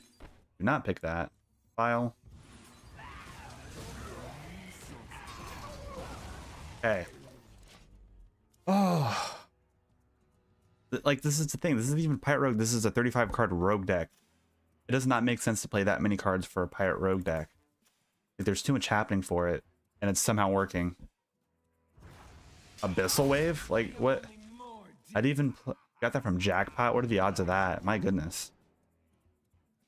I am salty, but I think that was whatever I did was the right play to do that, so. Okay, well here, let me think about this some more. Blood for blood. This is not... The other one's a demon, so we can't play that. We don't have Shallow Grave. Oh, we do have Shallow Grave. Pulls that. We'll get 2 of these.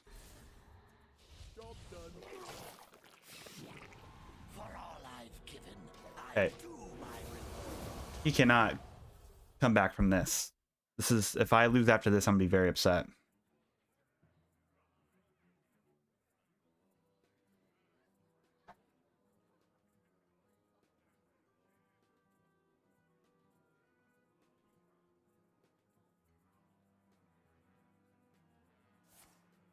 Oh, have any of you guys bought the bundles yet? Do you know if you get Ziliax right away, or do you have to wait until the expansion releases to get the diamond version?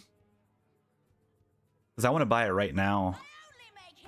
Or at least maybe, I don't know. There's no point in buying it right away. You could always wait until the day before to buy it, or like August 1st, I think is the day it ends. So that means it's probably coming out like August, what, 2nd or 3rd, probably. That's a lovely burn. Very interesting deck this guy's playing. I don't think this would work in any other way. Horn Champion, MC Blingtron. What is this guy playing? My goodness.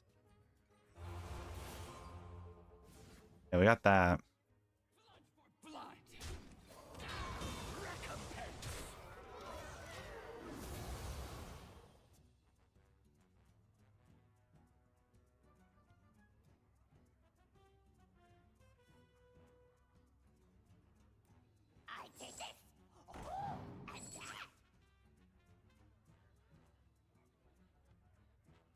Let's muddy the waters. It is too late. You cannot stop me. Wow. Well, you know, he stopped some of it, but the chances of us getting multiples of these is pretty high, I'd assume, right? It's odd cards.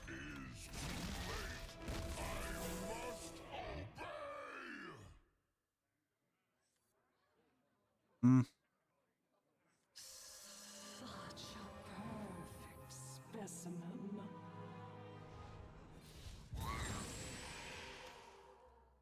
No point in playing this. We don't have any demons in hand.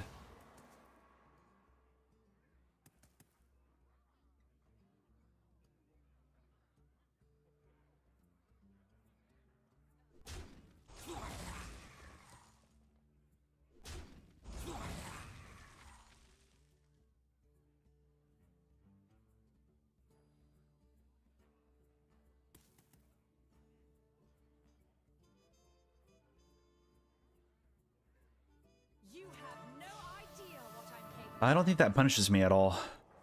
Unless I like get another copy of that, which I don't think that helped them at all. Church supplies, sure. Wash Burglar goes. Deathborn's not bad. Abyssal Wave, oh my gosh. It's actually pretty insane for them, but we have this right here, so we're fine. This is a good game. I am so skilled. He knows we have a copy here, so he has to concede, right?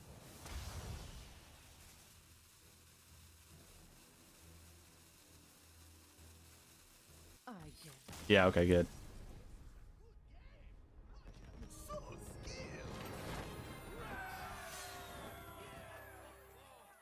Yeah, I knew we were gonna win that, but like, gosh, for a second there, I was like, what is the reason for that? Yeah, so here, like, don't they already have a Diamond Ziliax? Like, can't people already get Diamond Ziliax? Why are they putting it in this bundle? Like, that doesn't make any sense to me. Like, I'm pretty sure Ziliax has the diamond form that you could, you know, use right away. Oh, is it 1L? They're not in the... I thought everyone gets Ziliax right now. Yeah, Ziliax is right here. I wouldn't say he's weak right now. I think he's still pretty solid.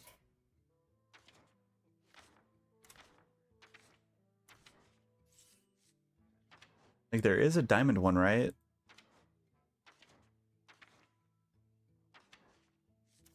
Yeah, it's right here.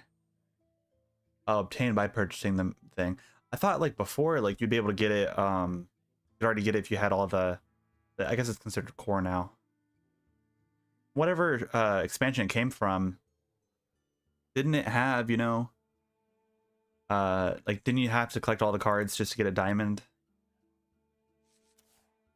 I don't know. That's odd.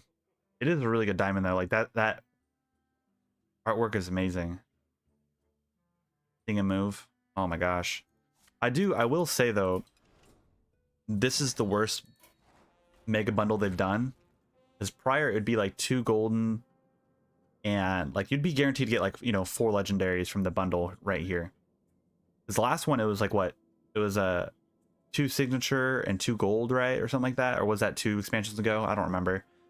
I just know that I'm getting 1 less legendary from all this than I normally am. And the nice thing about it is I'm pretty sure that they stated in the Blizzard website that all of the Titans are going to be signature, or they're the only ones that are going to have the signature art. That means that you're guaranteed to get a at least 1 Titan from buying this right here, which is actually not too bad. But I'm assuming that them adding in Ziliax to this bundle means that there's going to be like when stuff rotates out, that the new core set is going to have, well, clearly Ziliax, but like more of the mech stuff. So I'm assuming like day 1 Mech Paladin is going to be like the best deck to play, just judging by this. But here, let me see. I don't know. I guess we could test it here. Let me see if I could purchase this right now. And then we could see if it gives us Ziliax to use right away. I'm not really sure if that's the case.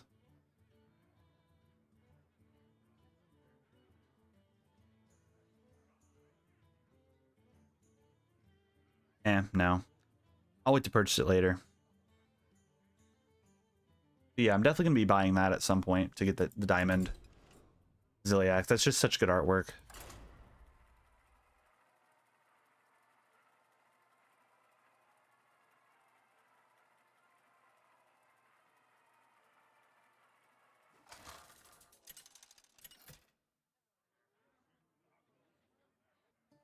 Rafam versus the Lich King. Will serve me Okay. in death. Do not mind this matchup, actually. And I actually like this hand. Just in time to I like having being able to play Void Caller with the enhanced Dreadlord. I see you've brought guests. Ooh, yeah, this is the hand. Here for the tour? Look at all of it. All golden, too. Ooh, and we actually get Prism of Yogg-Saron. That's nice. I've played this a lot in the Relic Demon Hunter list, and this card is broken sometimes. I get randomly casting Brawl in like the best situations is insane. Your tour ends here. Ooh, that's really nice with this. And the artwork's nice too. I wish I had like 500 wins with every class. Like I don't play every class, and I'm not like Rogue. I have like less than. No, I have like over 200 wins with it. But like, I just like there's so many classes where I'm just like not that big of a fan of, and I don't play them very often, and so I won't get a golden Prism of Yogg-Saron unless like you're able to get it from the packs, which I doubt it because they just gave this for free. But okay, let's start cheesing. You remove this, we're gonna get the Dreadlord, and then we could play Habeas Corpus. Start getting a bunch of these. I also have Symphony of Sin really early on, which is nice too. I'll probably play this next turn, honestly, just so we can get into the deck and start top decking the movements. I could get the the top of the deck. That'd be nice. Oh, actually, I don't mind this. Because this will pull this. Oh, okay, well, that was almost good. Let's go face.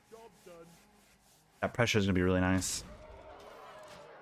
And this also forces them to play any of the removal stuff that they have right away, and it won't land on this instead. It'll be on this. Install these for me. I will burn something. Hopefully don't burn anything good. That's fine. Pick me, pick me.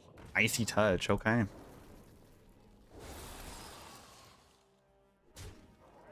have too many gods All right, Zola's not terrible to burn.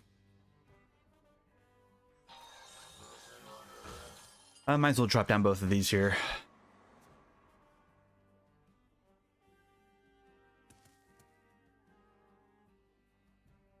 Gus play this next turn, which isn't too bad. He also hasn't had a lot of stuff die yet either, so he can't Corpse Explosion either.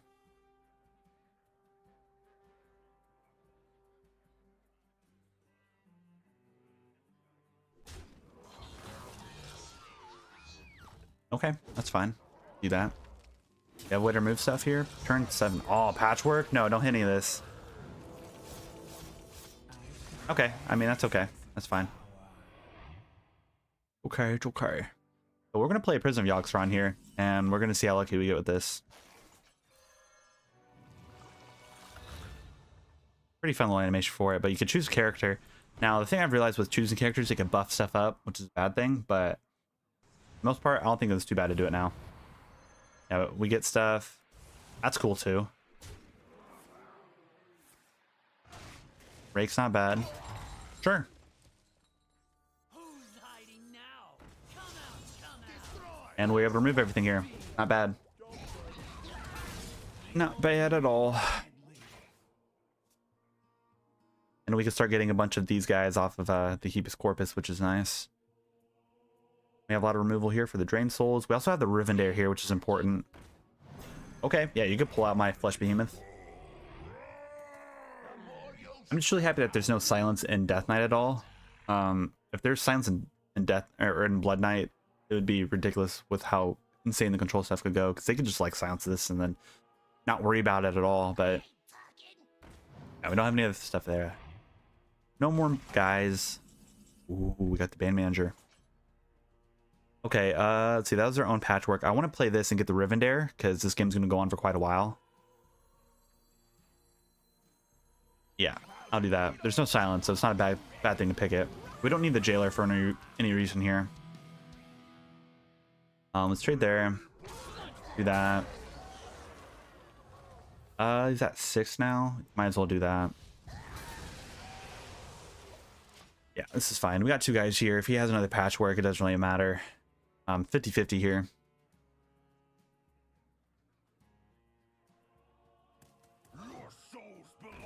Soul Stealer is alright. Ooh, we get the Thaddeus.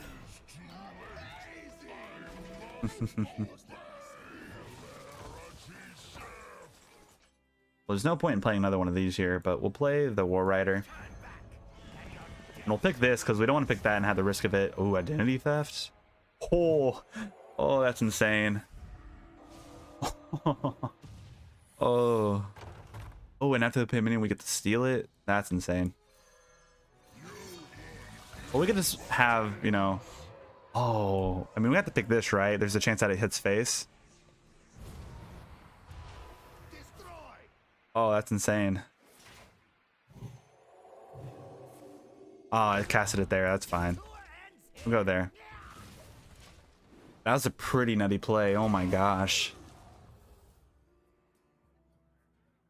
You can't play Soul Stealer here because it's going to get kidnapped.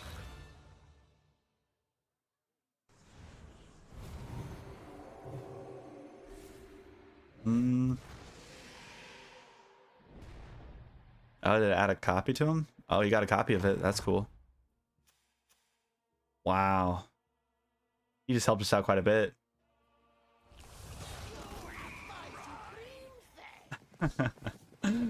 Oh, that's insane.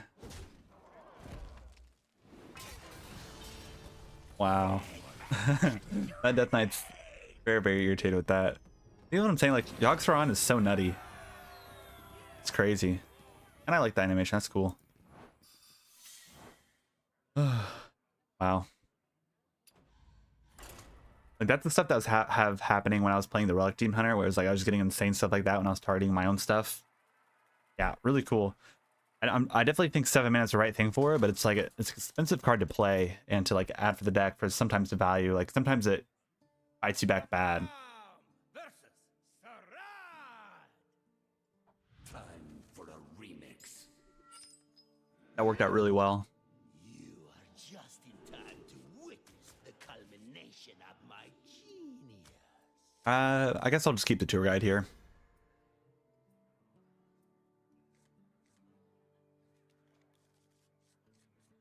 Wood color's not bad.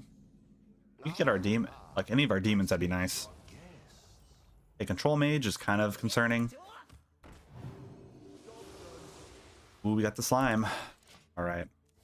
If this is like spooky mage, I think we'll have an okay matchup against it, especially if we get down. If we're able to abuse this quite a bit. Oh, looks like we're going full on slime this time.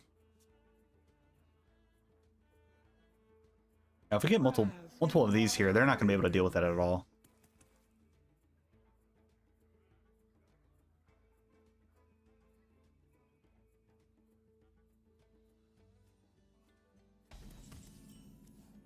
Ooh, we also have that to play as well. That. I don't like the. I don't think we need the Zola here. The band manager is worth keeping because of the Rivendare in case this matchup does get driven out longer, and I don't think we really need all the extra draw here. Maybe we do. We already have a pretty full hand. Like turn 4, we're gonna be playing this. Turn 5, we're probably gonna be playing this. And then, you know, following turn we'll play a Shallow Grave, maybe into this. Yeah, I don't think we need the Zola here. There's really no point adding a copy of this. The only reason would like maybe getting a second copy of Jathir here, but we're going to be able to resummon it up quite a bit with this. And if we top deck our animator, or reanimator here, it's just going to be cycling this right here because it's the first one that died. Play this one. Trades here, we get out our Dredgelord, and then he's not gonna be able to remove it. There's nothing unless he gets like, oh, I don't even know what he could get. Obliterate maybe. Slam is fine.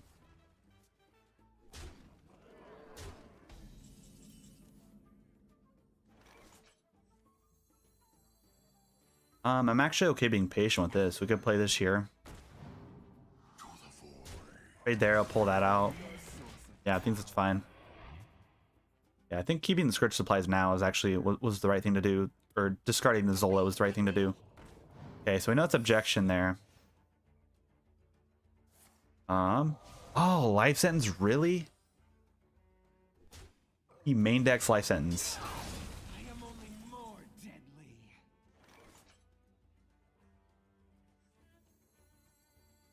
That's irritating.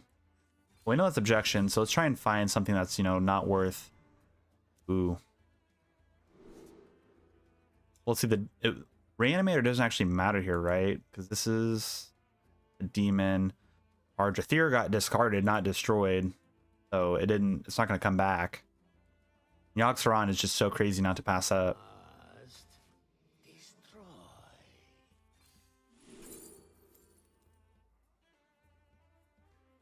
Yeah, it's able to pull us out. I do like getting another Dredgelord here, though.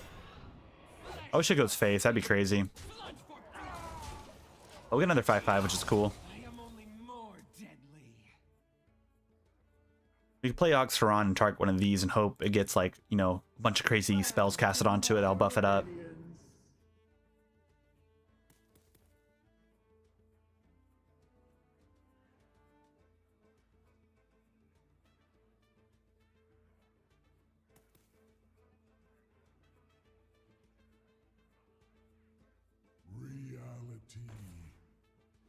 Oh, Blessing of Kings, really? Okay. I'm gonna play this now. So we know that there's no risk of counter spells or anything like that. I like that. Deal 11 to face. We get tap here too. Probably should have tapped first there, but that's fine. Ooh, I like that.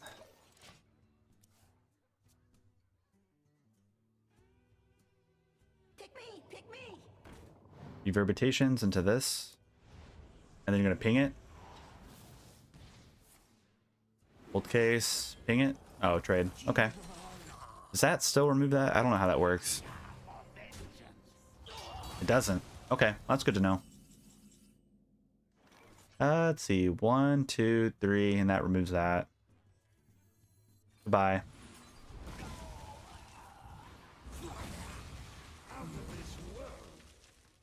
I really hate that this is getting objected here. Play that. Play that. I wish this wasn't buffed up, but fine.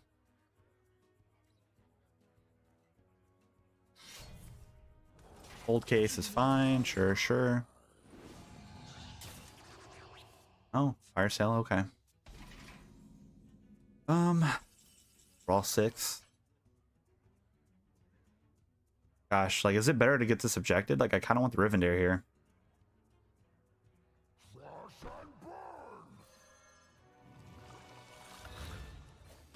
Let's do this first.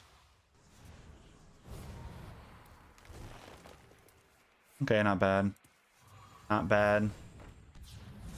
Kind of sucks, but oh, not bad either. Cool. I'm happy with that. I just want something like worth, you know, objecting here. Really, life sentence again. Okay, well at least that's out of the way. My powers are never truly gone. That a bit scary.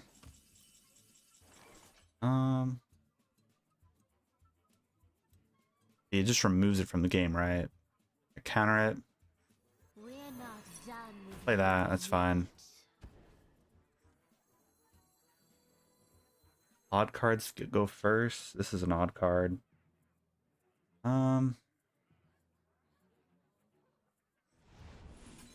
See, this doesn't. It's the next minion you draw. There's not a chance that he draws another minion, right?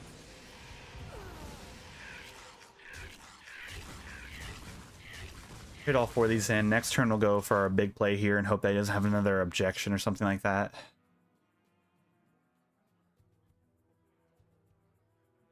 But I really just want to get the Envy because burning like anything that's useful to him is really nice.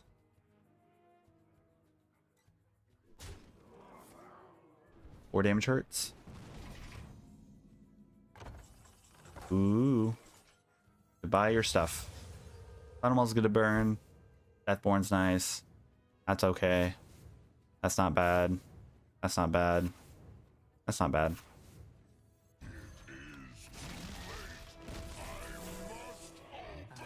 Play that. Let's play that and play that. And honestly, it might be the Sun Flurry here because I kind of wanted to make sure that we don't die to any burst. But I think I'm actually going to pick this here.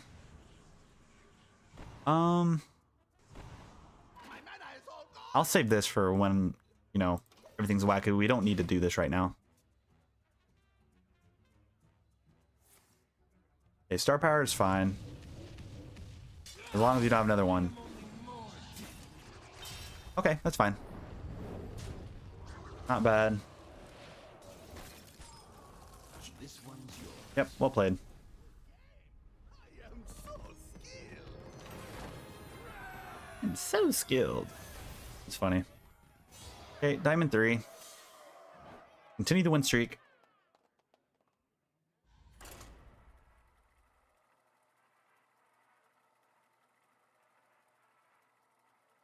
I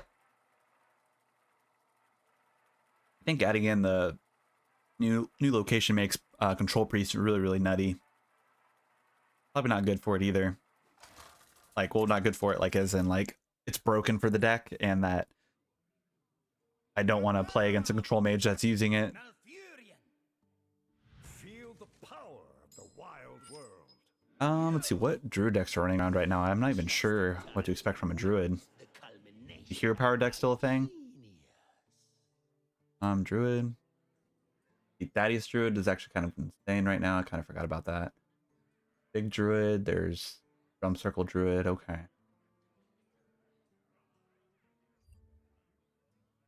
Okay, let's.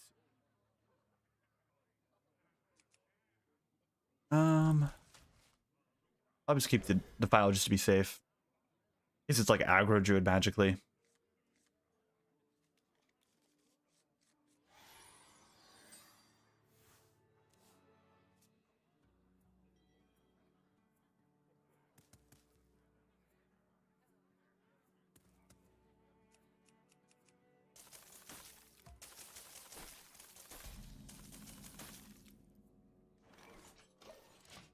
Okay, we'll pass.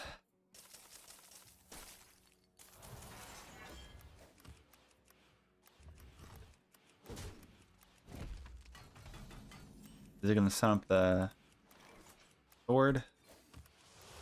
Pretty sure the sword comes down. I have to like break all the ice off first.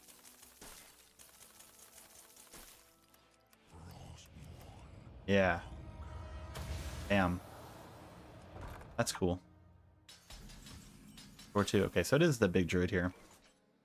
That is a bit of a problem. I really want to coin out and play Scourge supplies. I really don't think I want to do that. Just pass.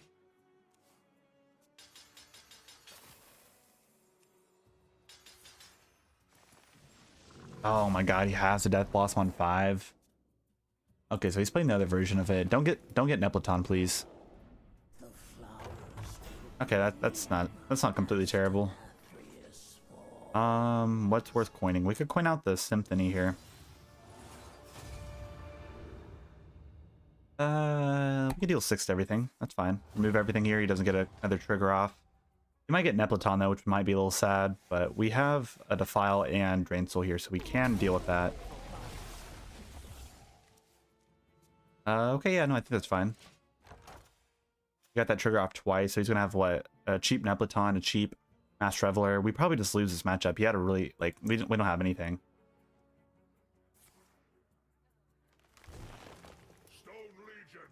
Yeah. Unless, like, you know, we could get like nutty stuff off with the Yogg-Saron here, then 8, 9, 10. Yeah, we might just lose. Kind of unfortunate.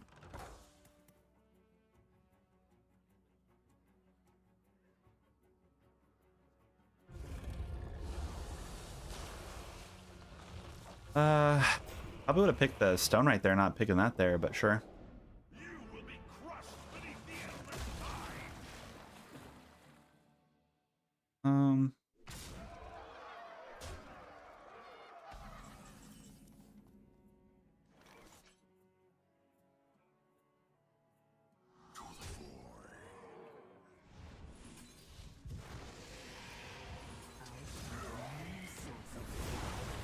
Now that at least like removes some stuff. We probably still just lose. Because he trades there, that's 8, 9, 10. He has anything? Yeah, no. We'll at least live another turn, but What a delightful party.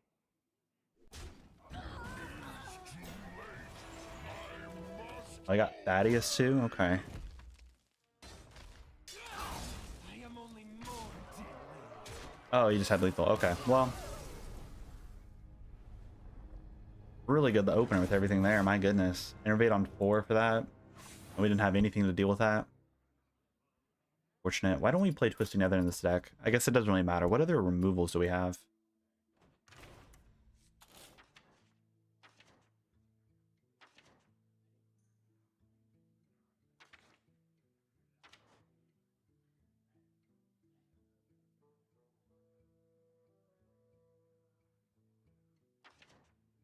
I guess Siphon Soul probably something that we could play.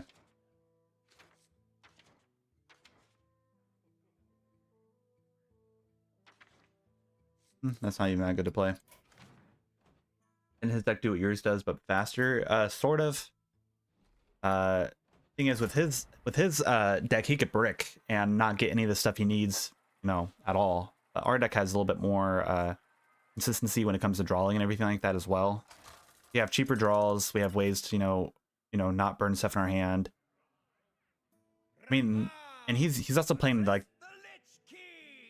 the better version. Like there's the undead behemoth version where, you know, you cheat out the mishmasher and you just make a really big guy like that. But like other than that, it's not very, you know, like it has a high win rate, but it's not, you know, there's like for those matchups, it could be a 50-50. Like if we had like 2 more turns, we would have been fine there. And if he didn't open up Death Blossom on 5, like basically if that deck opens up Blossom on turn 3, 4, or 5, the win rate of the deck skyrockets. It goes up to like the mid 60s. Yeah, even I could show you that. Let me see if I can pull up this statistics for that. But when you don't open up Let's assume that he's playing like probably this deck right here.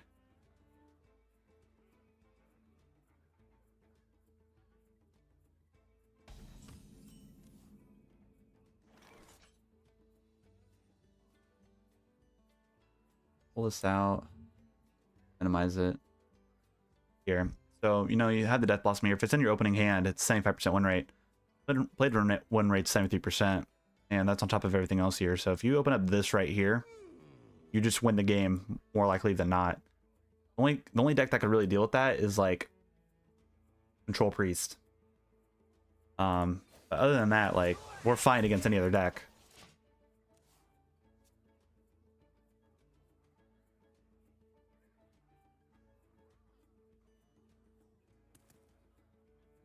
Yeah, it is crazy, but like the thing is they only have 2 cards in their deck that allow them to win that fast, and if they don't draw those 2 cards, which are the 2 Death Blossoms, right? If they don't draw any of their blossoms, then they just don't win. That's why I'm saying, like, why I wasn't too worried about that matchup. I'm like, it's either he opens it or he doesn't. And if he doesn't open it right away, then we're fine. We have the demon here, so I'm just gonna get rid of the Drain Soul. These two could be played together without a problem, and I mean, this is Blood Death Knight here, right? Oh, no, it's not. Wait, why did his Renethal go off? This is a 35 card. They need to update their... HS Replay needs to fix their deck track. Oh, now it's going to show up. Yeah, like, I don't know why it's not showing up here. So it is Blood Death Knight, which we don't have a problem against them. Because we can play this here. Cheat out our... Yeah, our guy right here. Turn 5, we play this. It could either pull Flesh Behemoth. Oh, it only pulls Flesh Behemoth. That's fine, though.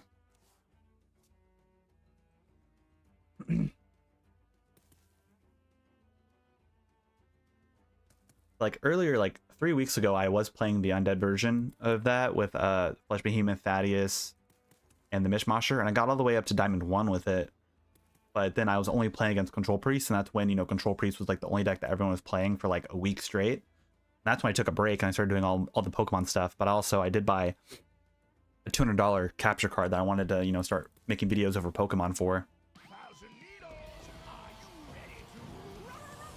So it just made sense to take a break, because now, you know, clearly you're not playing against a bunch of Control Priest. Yeah, the Mech Paladin list is amazing. I really enjoyed Mech Paladin. Let's see, if we trade here, we automatically get our Mal'Ganis. Does that change anything I want to do, though? I might just play this. We're not really scared of whatever they're doing here. We'll go face. Yeah, I love Mech Paladin in Wild. And I especially enjoy, like, Odd Mech Paladin, too, because that just makes the deck pretty insane. And it's worth crafting. Like, you could play that only Mech Paladin and get to Legend without a problem. Like, I got to high Diamond with Mech Paladin, even though I don't think in that video, I don't think I was in Diamond yet. I think I was in like mid Plat at that point. But typically what I do for my videos, I'll record like 5 or 6 games of them, and I'll just, out of those 6 games, I'll pick like 2 that were like the best ones, even if I lose in them, if they're just interesting games or like something, you know, was like impactful to see. And I'll add those to the videos, but I don't have a lot of time to, you know, record and stream. Like, I probably get to stream like once every 2 weeks with how my schedule works with work, because I work full time. And then I'll be going back to college in 2.5 months, I think. So, but when I go back to college, I mean, I'll be able to stream all the time. So that's something I'm looking forward to. Only problem with it is the Wi-Fi at the school is kind of bad, and so I'm gonna have to like see into other options for that. Ooh, okay. How do I want to do this? Right there. We'll get that. I mean, we could go here. We'll get the Mal'Ganis. We could Drain Soul that as well, but I kind of want to play the Symphony of Soul here.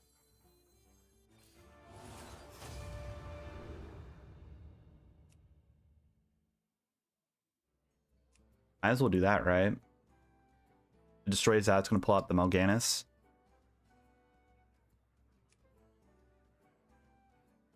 And then we could play Sir Finley and cycle everything back into the deck.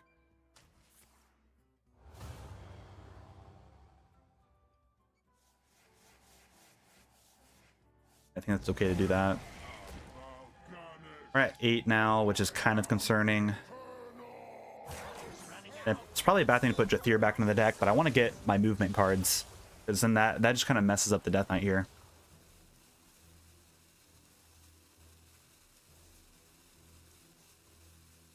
Yeah, and this pulls out Thaddeus here.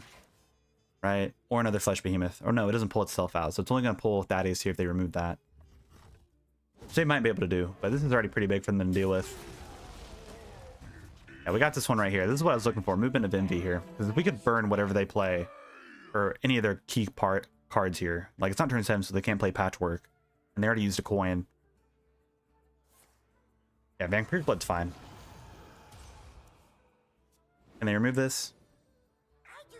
Oh, okay. They're going hard for something. Because we just win if you can't deal with this. Because we have Hebus Corpus here. Also have that and that, so we're sitting fine. And also switches polarity next turn, so this is going to be even. So we can actually play this. And Movement of Envy here. Oh, you got it. Wow. That's nutty. We'll do that. Let's see what he burns. No Muncher's good. Ghost Rider's good. All that's good. Okay, Aslar's nice. I don't mind Aslar.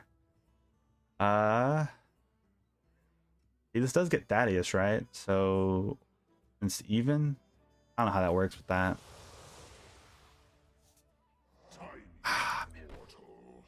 I really feel like I have to trade here because we're already at a low HP. Maybe I should have not cycled out my Jathir because we could just play Jathir here and it would have been fine. I'm gonna feel bad to trade here. I'm just gonna go face. We'll force him to play more removal stuff and then we could always restore HP without a problem.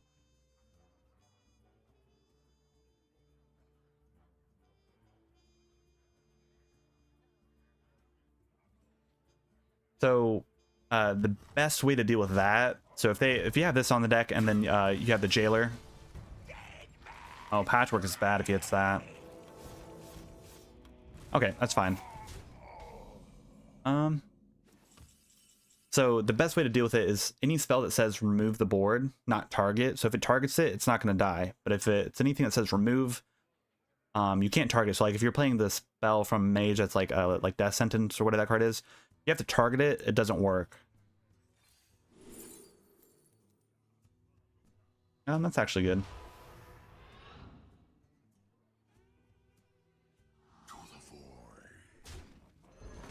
Oh, that was the worst one to pull. Okay, well, we lose.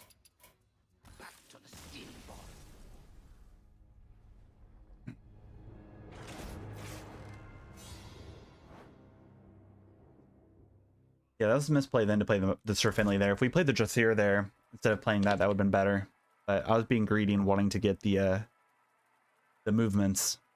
That's fine. You know, the best way to remove it is any spell. Like if you're playing Control Priest and they do that combo to you, if you have Whirlpool, that will solve that problem. And in reality, the only deck that can do that is Priest. Maybe Mage, if they discover a spell that does it. But I don't think any of them main deck a card that does that. Just in time to witness the culmination of my genius. In Wild, there might be better cases of it, but in Standard, it's really only Priest is the one that can do that. But that's why we play it Jailer in the ETC Band Manager here, because there's games when Mal'Ganis just sticks around, and sometimes you're able to cheat it out with Thaddeus, because if you get the movement of, I don't remember which one it is, but the one that like draws your highest cost minion and reduces it by 6, so it's cost 4, you play that. You play your, ETC Band Manager, you play your Mal'Ganis, you play your Jailer, and then you just win. But that only works against every other deck. Priest could have Whirlpool, and then you just, cry at that point. Unless, they go through all their Whirlpools at the nature spell, so they can't discover it from any other, unless they have, I don't know. They could discover it, maybe, but their Shadow Legendary that adds that one, that adds the Shadow Vision, so you could like discover a shadow spell and it adds it back to your hand. If Whirlpool is a shadow spell, that Control Priest would be like, you know, well over, you know, a 70% win rate at that point, because, you know, no deck would be able to beat it. They're able to constantly cycle Whirlpools is ridiculous, but since it's a nature spell, it makes it a little bit easier to deal with it. So they only have 2. If you're playing a mirror matchup against it, they could discover multiple ones, but there's not like the likelihood of you getting, you know, it's very different with all that stuff.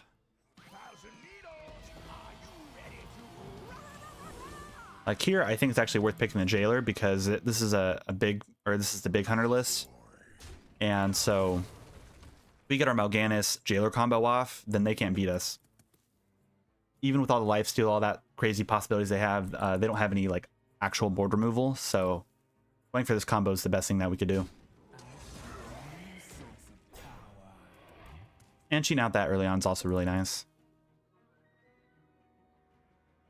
We are going to be going for the movement here. And if we could pick the one that draws us our biggest one here, we could actually get that combo to go off right away.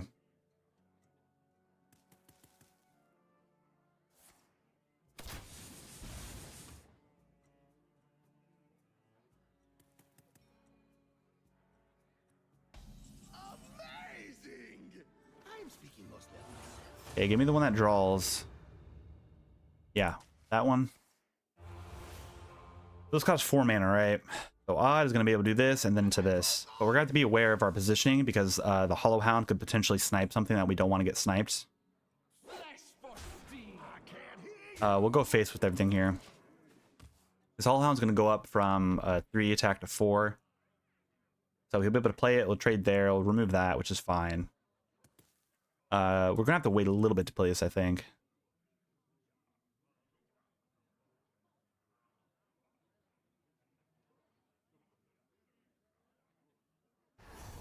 Okay, yeah, no, I actually don't mind that. That's fine.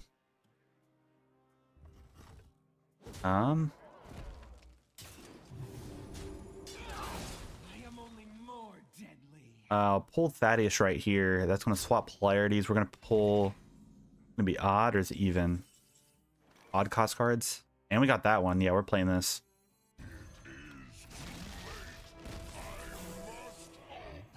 We'll throw this one here. We'll play our movement because there's a chance that it just hits our his Hollow Hounds. Or we just don't hit anything that's good. Okay, that's a good card to hit.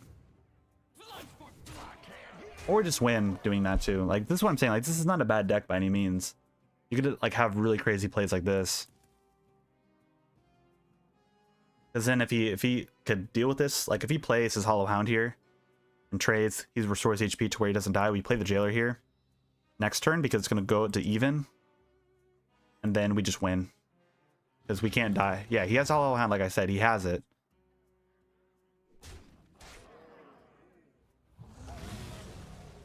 But there's nothing he could do, really.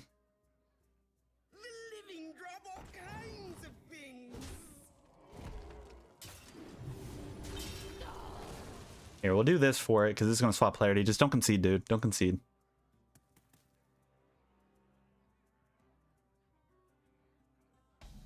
Thank you. Ah, darn it. I wanted to do it. But that's just reading the game state and knowing what he has and everything like that. Because you could really abuse this deck if it's right. But you also have to open up really well for that to work.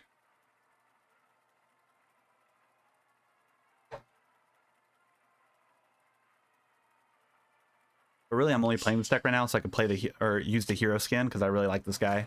Like the Rafam, like this is like I bought the MC Blingtron hero portrait, but I don't like Rogue and I don't play Rogue like ever. And so I was like, you know what, I'll buy it because it looks really cool and I like his like animations and everything like that. But this is by far my favorite one. I play a lot of Warlock, so I was happy buying this. Time to witness the culmination of my genius. Okay, well, looking at this hand, I'm going up against a warrior. It's probably going to be Enraged Warrior, so I really don't want the Slime. I like the Void Caller. I like the Symphony of Sin, but it's always good to keep in hand because playing on turn 5, your win rate goes up so high.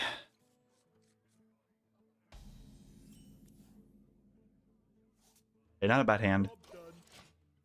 This is, even if it's like big warrior, which I think I like that matchup a little bit better than the enraged warrior matchup. True strength rises from the ashes.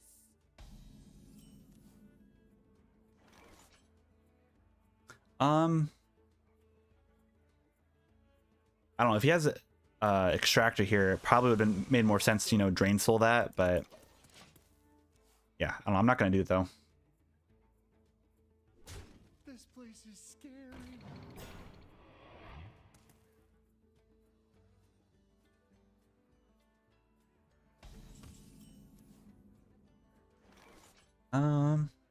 We'll draw.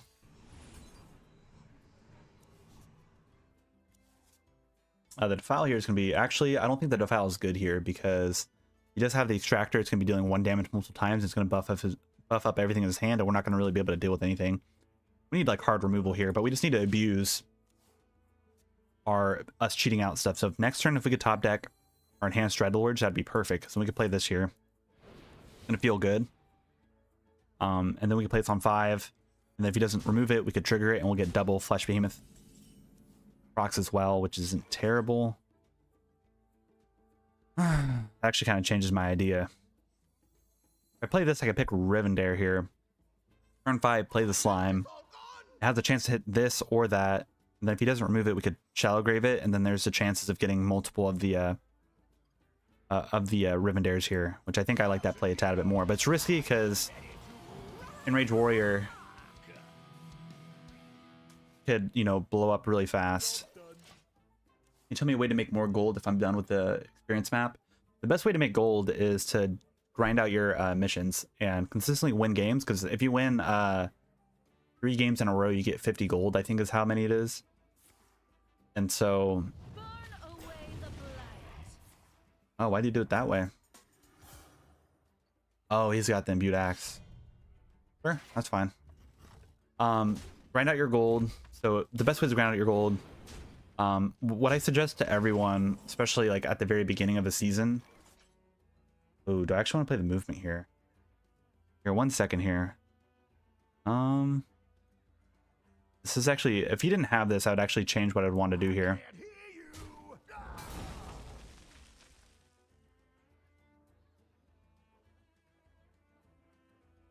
I think we place now. I think we're okay. Deal 6 to everything. Okay. Ooh, I want that though. We need the taunt here. We need to hide behind a taunt. But to make more gold, I wouldn't buy packs with the gold. I would wait for like bundles, like those $20 bundles that gives you like, you know, 20 packs, 2 legendaries. That's the best way to complete your collection, like very fast too. But whenever you start a new season, I would save up all the gold for the mini expansion that comes out first, and then after you get the mini expansion, start saving up for the whatever next expansion comes out. So like for like this expansion that just recently came out, I had like 6,000 gold saved up, and so I was able to buy 60 packs, which was, you know, equivalent to the mini bundle that they have. And so that's what I would do. That's a really bad top deck there. Oh, it's really bad he had the imbued axe. If he didn't have the imbued axe, our game plan would have been a little bit better. Really no point in playing this unless we get like one of the movement cards here, so I guess I'll play it and see.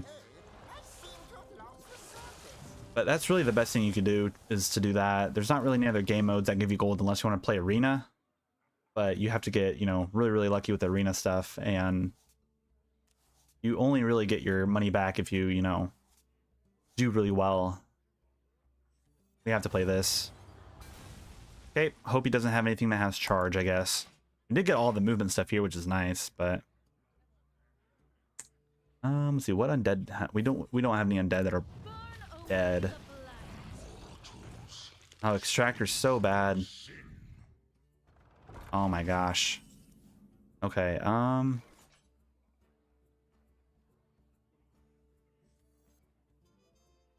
I'm pretty sure we just lose here. Oh, we got this.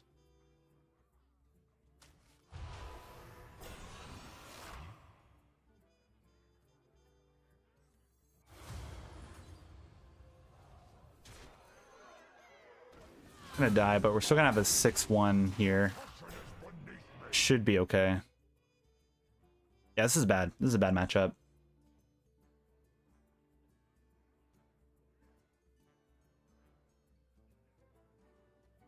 The Abyssal Curse Warlock isn't actually very expensive to make. Like, you don't have to have legendary for it. Like, is that cool? Like, he's a good card, but he doesn't, you know, you don't really need you don't absolutely need him for the deck. You could just add all the curses to it and then just add like really cheap control elements to it and just play a very cheap version of the control deck. Here, I'll show you what I'm talking about.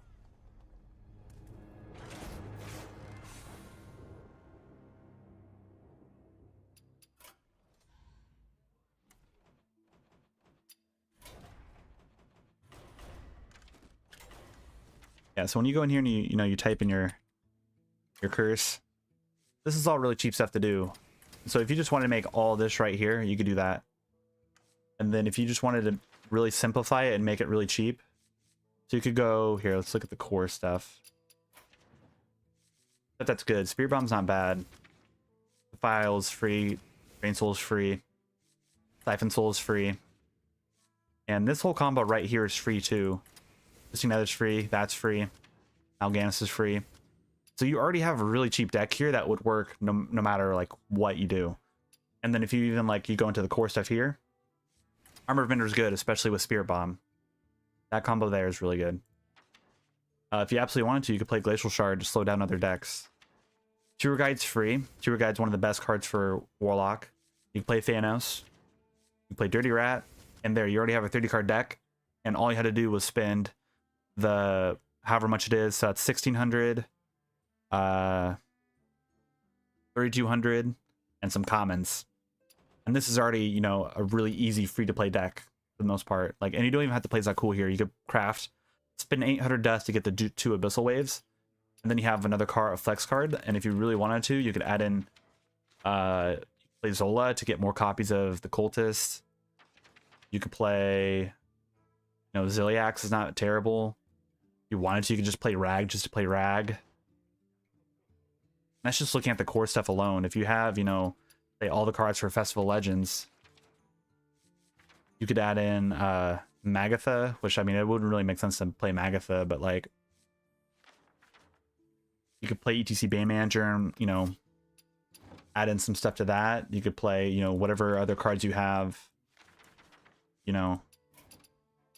It's not hard to play Warlock. There's a lot of really easy decks to, you know, play. If you have, you know, Lady Darkvein, that's a really good card to add for Shadow Step. If you have Reanimator, it's really good. And Reanimator's a common too. Like, if I were you, I would do one. I was like, you know, make it really, really good. Siphon Soul's nice. I probably wouldn't play Dirty Rat in all honesty. I'd play Reanimator.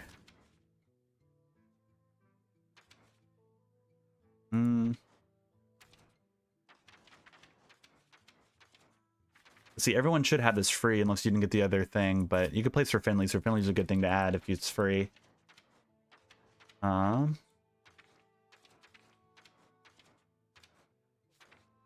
Renathal is free as well, so you could always add in Renathal, but that means your deck is going to be a little bit more slower if that's the case. Zola's a core card too, so you should add Zola so you get multiple copies of that. Okani is a free card. You could play Okani as well. What I'd cut for Okani would probably be Lord Daraxus, but Lord Daraxus is not a bad card by any means. You cut out Blood Mage there. And, you know, just using the free cards here, like, this is already a deck that could get you to Legend without a problem. And this is probably the way I would build it. You have your Demon package. You have a way of, you know, getting your Undead's resurrected, which actually is not very many Undead here. Yeah, so you could probably take out the Reanimator then.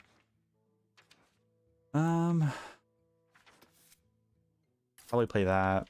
Here, let's type in Undead here. You could also add in School Teacher. School Teacher is a really good card as well. And that's a free card as well. Everyone should have that as well.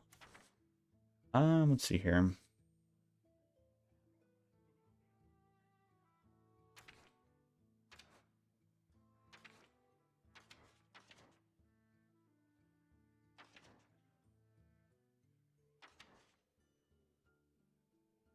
know, you can actually do Mishmasher. Mishmasher's not bad to add into it as well. There's just a lot of like flex stuff you can do with it. It's not very hard to make a really cheap deck. I mean, that's basically what I did when I was younger and how I had to make decks. But that's the best way to do it. But yeah, I'd say that probably the easiest deck for everyone to play right now is Death Knight, because you basically get all the cards for free and all you have to do is invest in the last set to get all the cards for it. So not bad by any means. Why isn't it letting me pick Relic Demon Hunter? Oh, there it goes. Weird. I'm gonna play Relic Demon Hunter.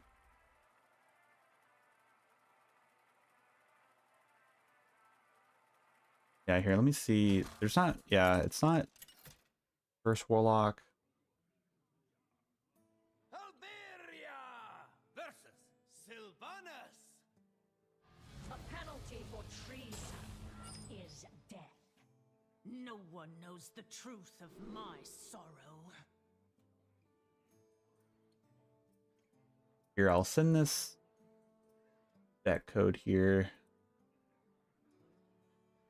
And not have this here. Oops, don't do that. Let me add in the deck code all the way. It doesn't let me do it. Okay, 1 second. I'll get that figured out here. We're going against Hunter. Keep that.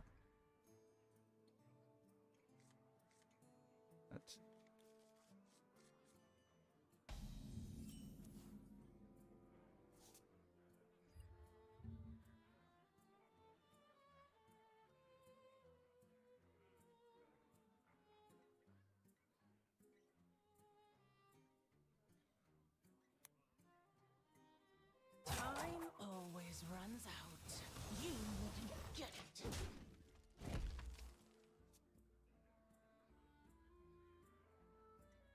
Need that hat.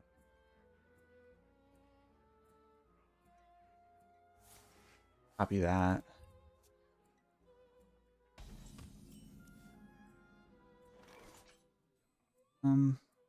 See, that should send in there. That's a deck code I'd use for Curse Warlock. Most of the stuff is free there. There are some legendaries, but you could always take those out.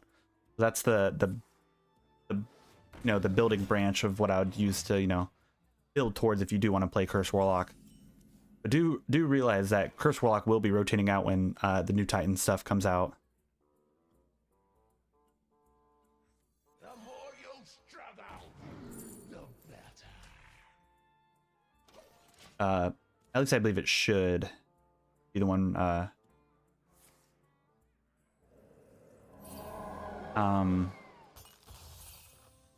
Yeah, it should be rotating out next when the next expansion rotates out. So if you do invest in all the curse stuff, it might bite you back, because you're not going to have anything, you know, no dust to craft anything new. Which, so I'd probably just wait just to play it safe.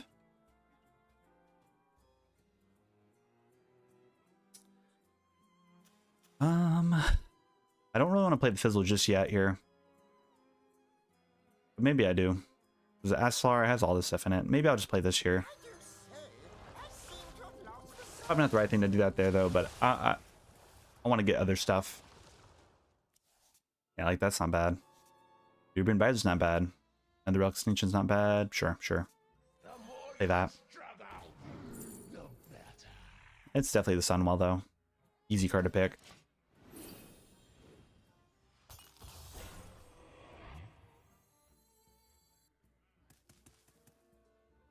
Also, for the code in there, I don't think that you need the last 3 little things, the hashtag and the 2 equal signs. I don't think that's a part of the actual thing, but you'll just have to like play around with it and make sure that the deck code actually works.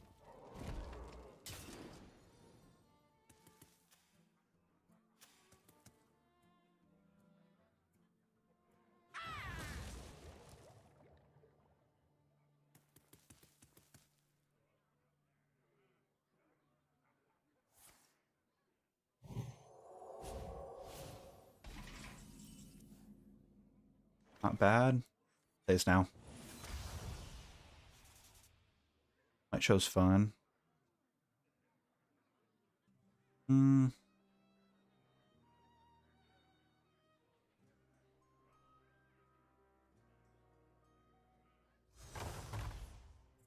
We could tap this and play the Relic of Phantasms now. Probably fine to do that. Make this bigger so we could, you know, do a play with this and Arcanist if we absolutely need to.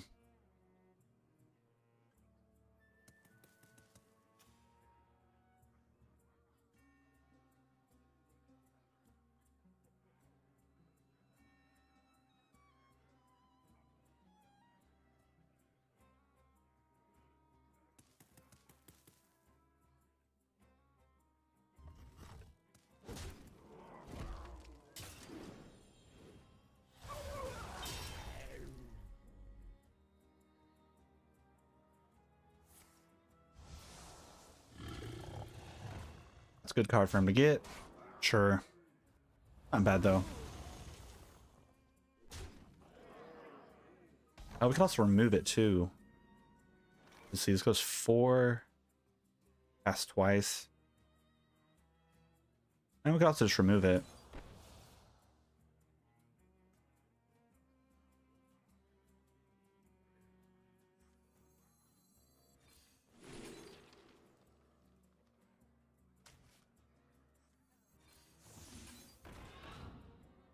Or I might just do this and the Relic of Extinction. Yeah, that's not bad. That deals 2. That's 2, 1, 1, 2, 3. Yeah, no, we'll do this. It's fine. Guaranteed to remove that. Right there, go face. It's fine. Do it that way.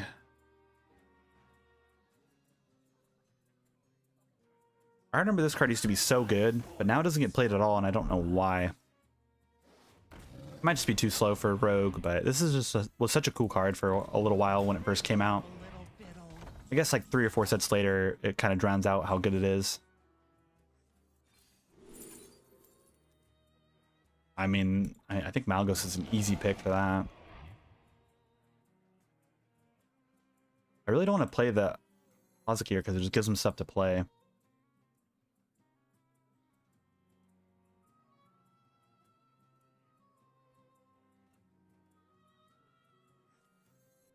I'm okay doing this.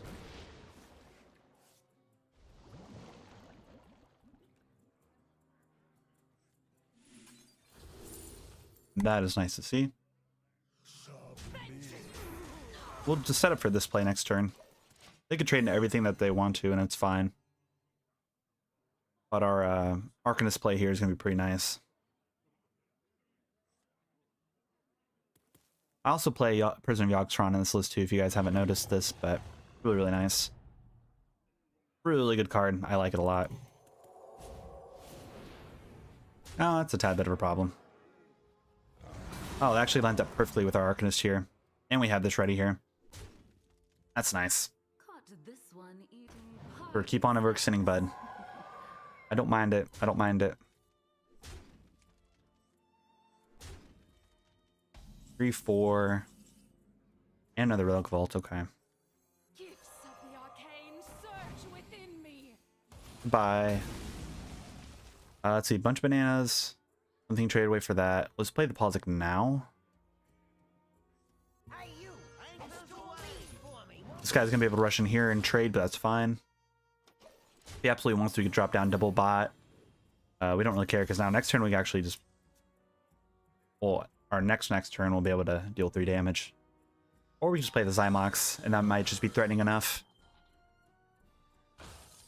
We get Fizzle. I'll probably play the Fizzle first before playing the Zymox here as well. But it might be better just to play the Zymox right away. Oh, he doesn't trade into that? I don't know if that's the right thing to do. We'll play it now. Yep, deal 6, deal 6. That's nice. Yeah, this guy isn't winning now after all this. There's Relic of Phantasms. Arcane power, break free.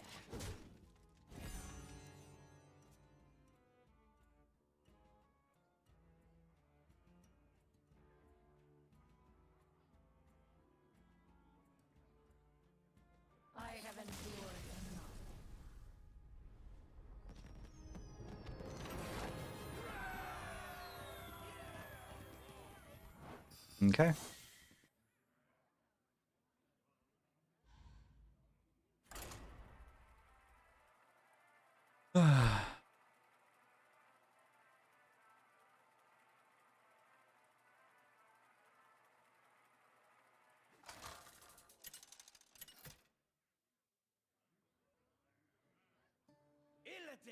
The Death Knight's a little hard to play against.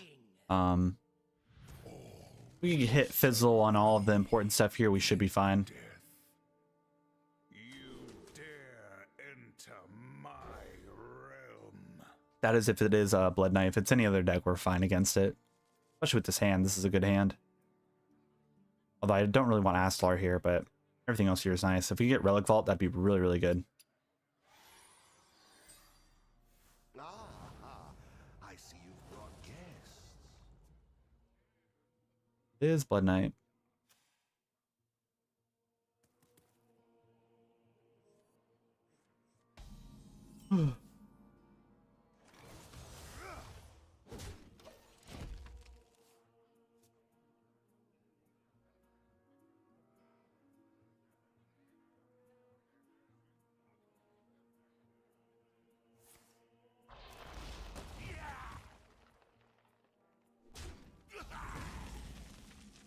Ooh, we got the Relic Bolt on 2. Let's go. Next turn, turn 3, we'll probably tap it and play Relic of Phantasms here. That'd feel pretty good. I do like to try and get double Relic of Phantasm into Fizzle if that's ever possible, but don't know yet.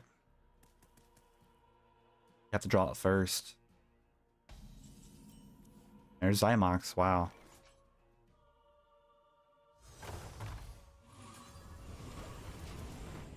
Okay, we're hoping for Fizzle here soon.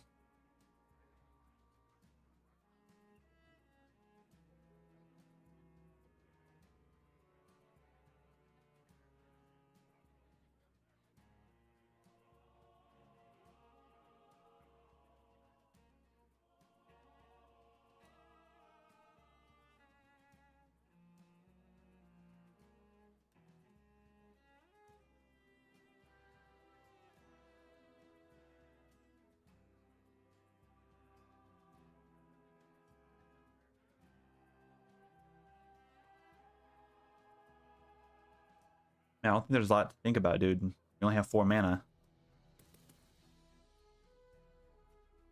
No need to take as long as you're taking.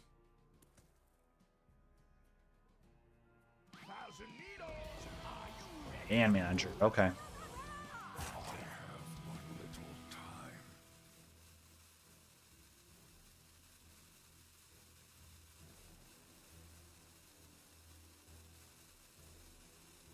Sure. Trade there, no biggie. I do want to look for an Outcast card, I think. I mean, this kind of just deals with everything.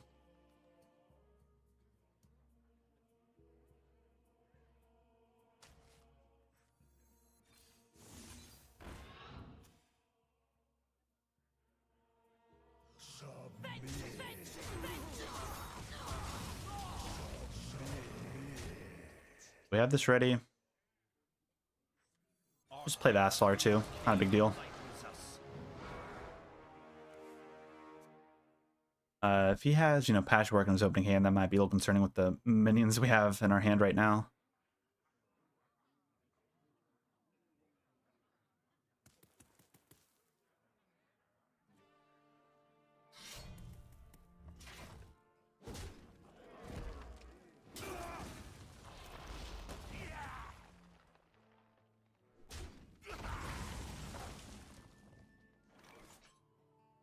I might as well just tempo this out as well. Really not that big of a deal. We're going to tap and then play our Relic Dimensions and hope that we get more minions in our hands so his Patchwork isn't, you know, completely nutty.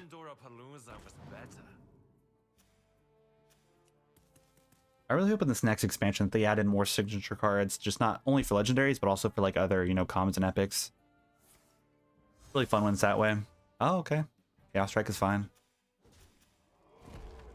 Is that a 3/3? Yeah, it's not completely terrible. I'll be at 8. We burn a card. No, we don't.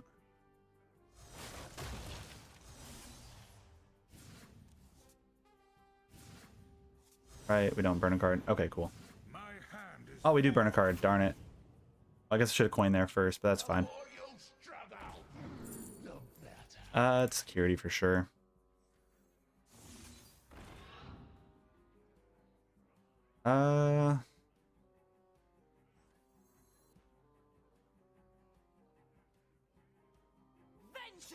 We'll go this way. You could trade into this 3 times, but we have him at 24 HP. I don't really want to give him all that HP back.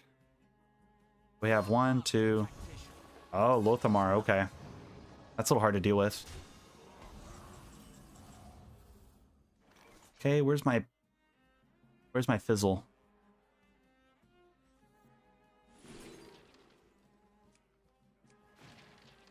I mean, that's not too bad to get, actually. 3 rights make a leg. Reduce the cost of all that, sure.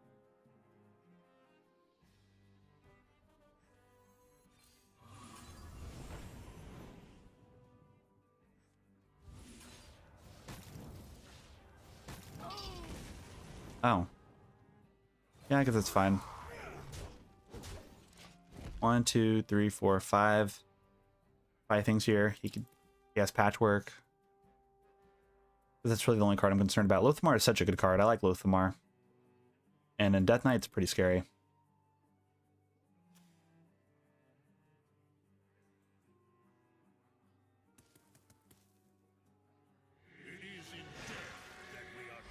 You don't love that.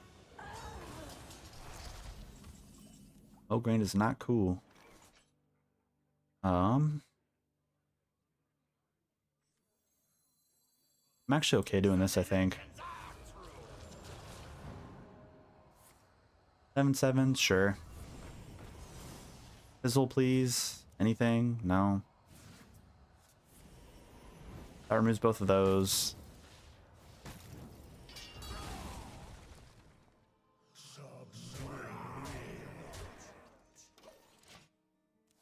Yeah, Soul Stealer, it's a feel bad moment, but we have to start doing something. Yeah, he has it. That stinks. You know, we could set up an Asar play pretty easily here. Who here can spell Zinjari? Anybody?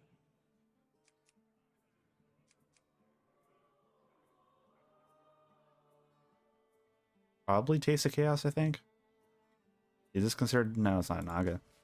Guess we'll pick that. That's fine. Chip damage with that will do quite a bit. 2, 4, 6, 8.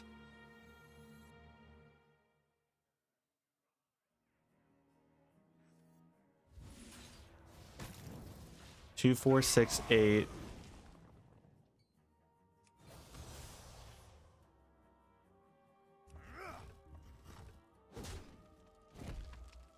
Okay. This might be lethal as long as he doesn't have like what's it called? Blood Boil. 2, 4, 6, 8, 10, 12. Up to what is that? 18. Still deals 14, which is not bad either.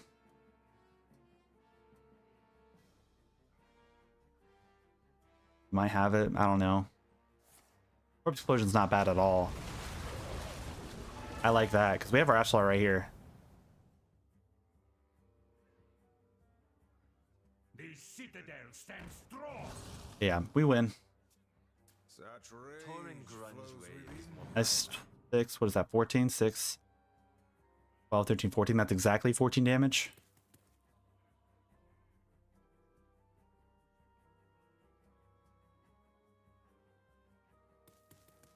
Yeah, 12, 14. This deals exactly 14. Yeah, we're fine. Well played. Rage flows within. So it was right play to play the Zymox there then. The Zylag, I mean.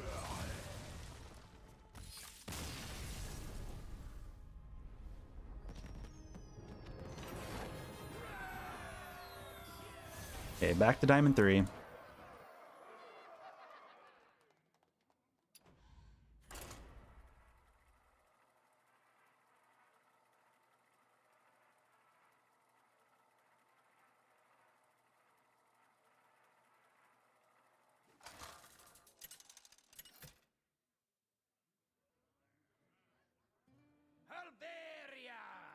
versus Malfurion.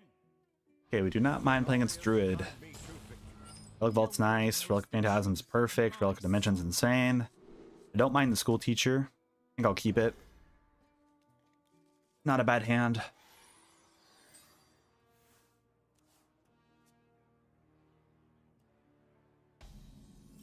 Oh, another Relic Vault. Nice.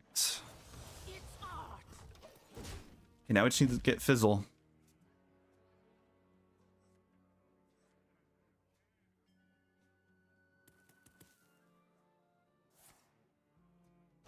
This is the big Druid. Okay. Do not love that.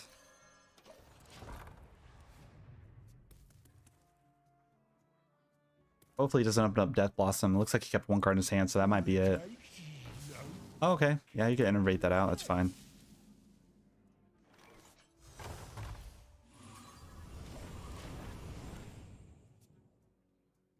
We could get other relics off of our School Teacher. That'd be lovely. Turn 4, though. Yeah, I think it is if we play that. Judging by that, he might actually have it, which I don't love. I think we had Arcanist here. If we could find our Leech Fel, that'd be nice. Who here can spell Zinjari? Anybody? Coordinated Strike is just better. Yeah. Actually, I might play it now. No, that actually fills up the board too much. I do like this, though. That's fine. This might be a bad play if he's playing the Mishmasher combo, because he's going to be able to get it really, really big. That is, if he has it. If that card right there is Death Blossom, I might just concede. I am listening. Oh, he top decked it. God dang it. Is playing that combo. God damn it. And he got the Mishmasher too. Oh my gosh. Well, at least it's gonna remove it. Yeah. Oh, that's so bad. That's irritating. Who here can spell Relic Vault. Zinjari? That's actually not bad. Especially for next turn, we're gonna be playing that. Between one of these two, I'm not sure which one I want to pick though. I think it's Relic Extinction's a safe bet.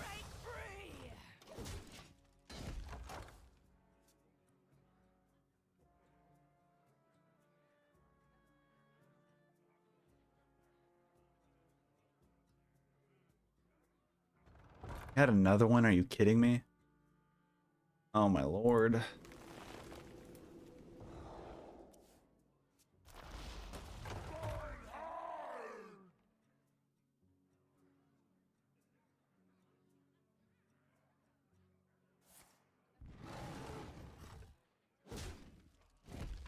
It's 3-3 right now, right? Yeah, it deals 3. Gifts of the arcane search within me. Play like this, so we'll remove, you know, one of these. We'll sum up a Death Rattle. We could play this one here. Oh, that's all he has. Okay. Well, that being the case, I'm just going to play this here. We're fine now. He's gonna be able to play them, but like, that's the end of everything he could do, which is good. That's another reason why this version's not very good, because it just burns out if it doesn't get like a crazy combo off with Mishmasher. Since we're able to deal with it, that's like the best thing that happened to us. And we could tap, play this, and then this is gonna be even bigger. Yeah, it's not gonna matter. And we got the Felrin here, that's good. We'll tap here. Draw a bunch of cards, and then we'll play this and we'll remove that.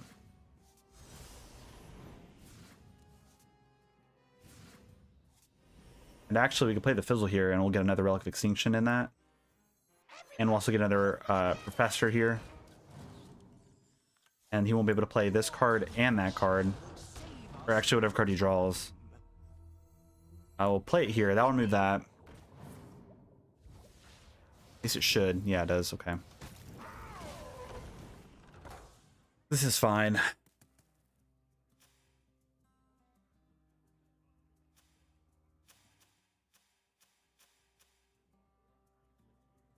There's really not much else he could do. He's already gotten all the Death Rattle stuff, or all the Undead out of his hand, so that means he has Thaddeus in his opening hand. There's another romper, which is there another thing you can get? Oh, there's another one. Oh, okay, yeah, the other flesh behemoth. Yeah, that's right.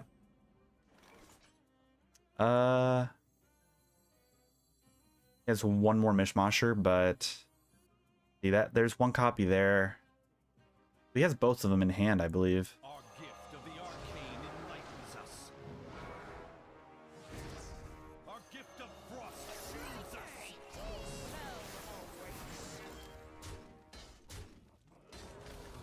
You wouldn't get it. We'll save the combo for Thanos and Unleash Fel here, so we could actually source some HP and remove some stuff. Also have Taste of Chaos and whatever we get off of Fel in here too. Should be okay against this druid.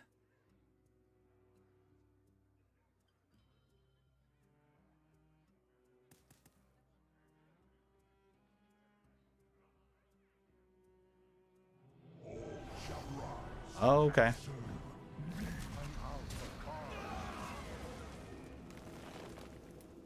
I don't think that works.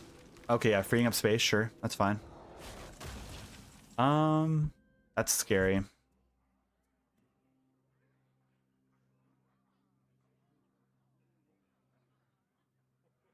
It is our time. I don't know if we can actually bounce that back to hand. I don't know if that's possible with how this works. Yeah, we can't target that. Another target. I actually think it's worth doing it to this card here, though. Awaits. You stink. It really reduces what they could play. If it is, you know, on those cards right there. Arcane bolt. He's also going to be taking damage from fatigue, so we should be okay. You'll only be playing, like, you know, one card here. And if it's the Mishmasher, that's, which, I mean, he has in hand, he'll be able to remove everything here. You're both number one to me. Oh, okay. Well, that also... Lifesteal too. Forgot about that.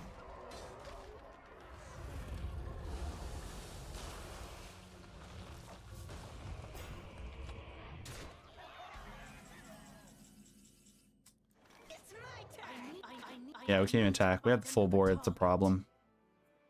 Go face here. Deal 2. I don't know how this works with it comes, because it doesn't... These are immune, so they can't be targeted, so I don't think it hits it, but it might. Our gift of fire empowers us. It does hit it. That's unfortunate.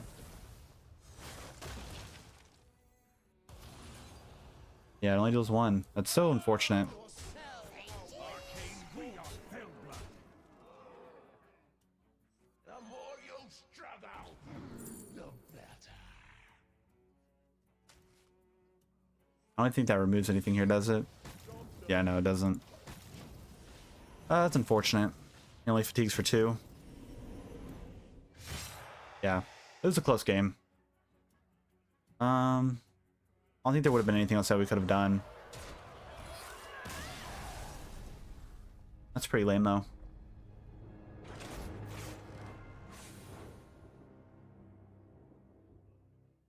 We'll play that deck for now. I actually want to try it out. Maybe it'll just cheat me up to legend because it's stupid.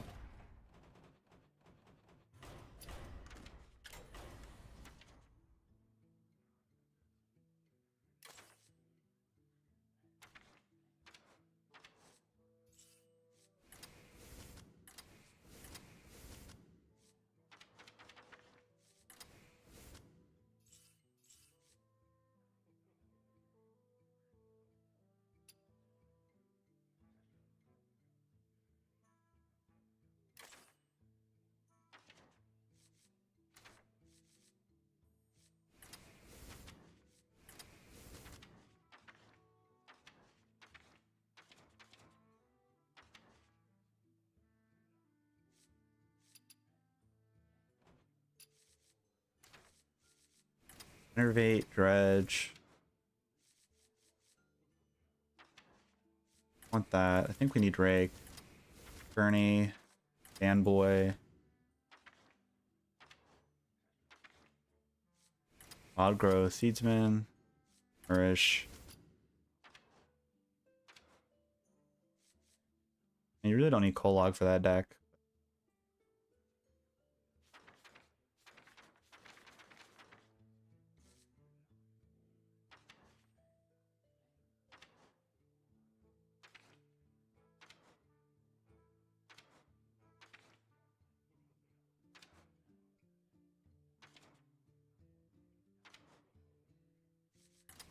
You do like Kulak drum circle is probably okay.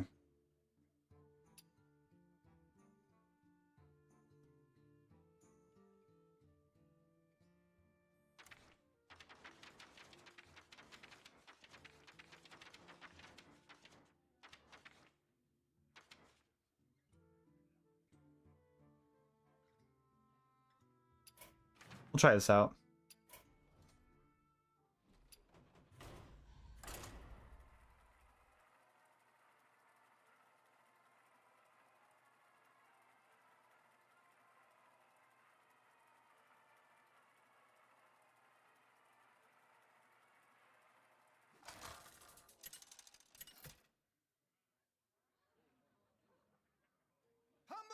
Mage. These matchups could be hard. Okay, Wild Growth is a keep. We keep Aquatic Form on turn 5, the chance to, you know, get Death Blossom. But if we don't open up Death Blossom, we're just, you know, sad. And we're sad. I see you've brought guests. Well, what is it? One little portrait. Audio processing. Oh, okay. That's interesting. I cannot. I might as well play that now.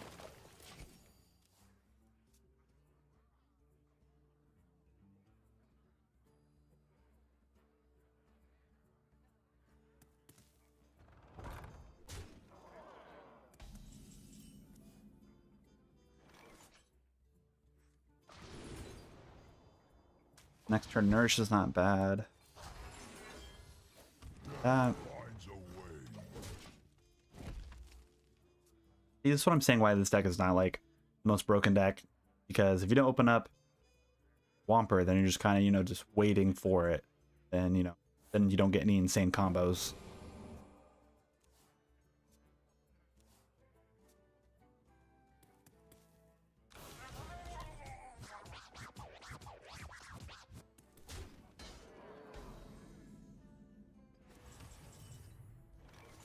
I'm gonna go for draw.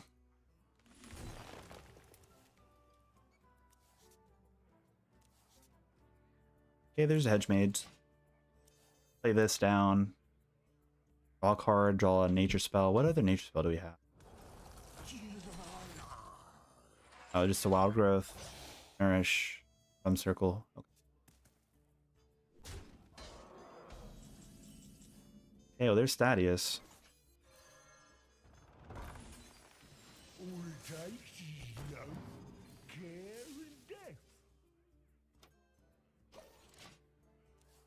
Yeah, this is really sad. This is why the deck is not like all that insanely good. But when you open up really well, it's insane. But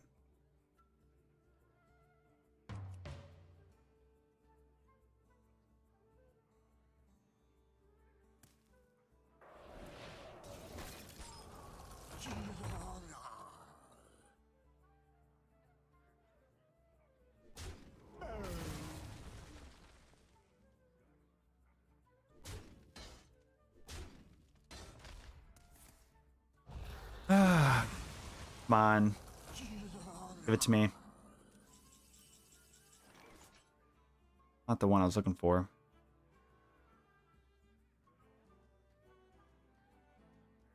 I mean, we could go for the Mishmasher play with the immune here next turn, but I mean, they probably are able to remove it. They have a lot of spells that they generated. If they're not able to, then you know, we're sitting pretty good at that point. Audio processing. They might not actually be able to.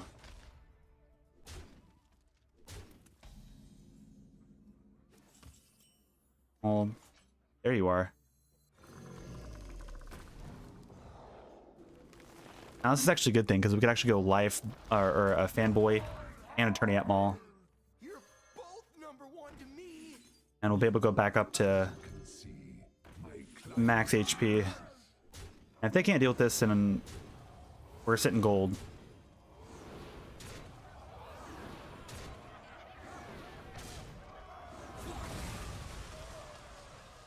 Yep, that's good. Can't deal with the 912, then we're sitting pretty.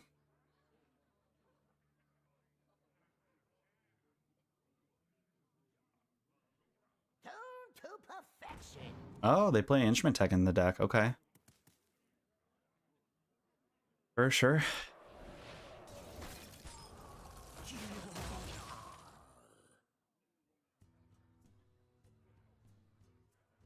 I'm glad that there's not Mass Polymorph as a card in Standard, because next turn we could probably just jam Drum Circle and be fine with it.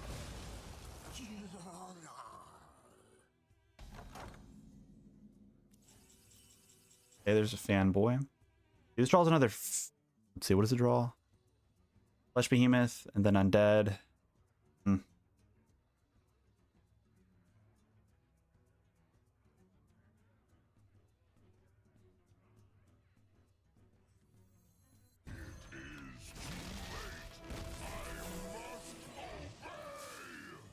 I'll do it like this. You probably can't deal with this board.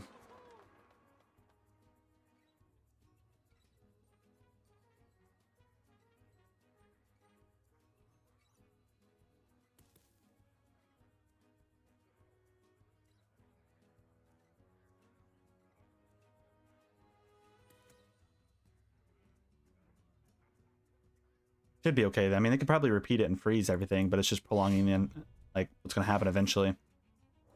Yeah, Slot Alibi is fine. They could, if we top deck the Jailer, we're just sitting golden too. Oh, he plays the Imp. Okay. That's cool. Yeah, there's no fire spell that's able to remove everything if we do play the Jailer.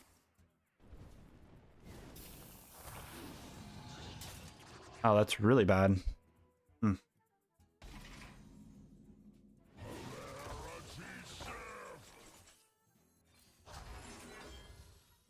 We could trigger the Death Rattle here.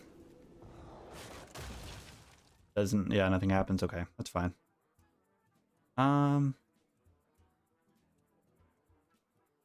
After it takes 1 damage, dies. Or no, after the hero takes damage. We don't even have to attack face. We actually do this. Get this guy immune. Trade. Because it's his hero that takes damage. Yeah. And we just like that. That's fine. This stays life. He has to ping himself if he wants to remove it.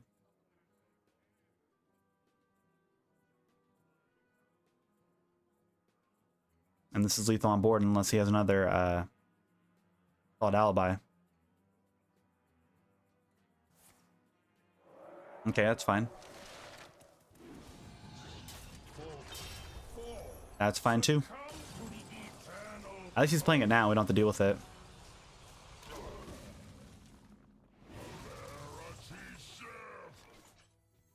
This draws us our Nourish. Okay.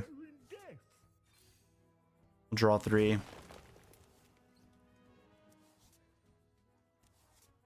Prologue.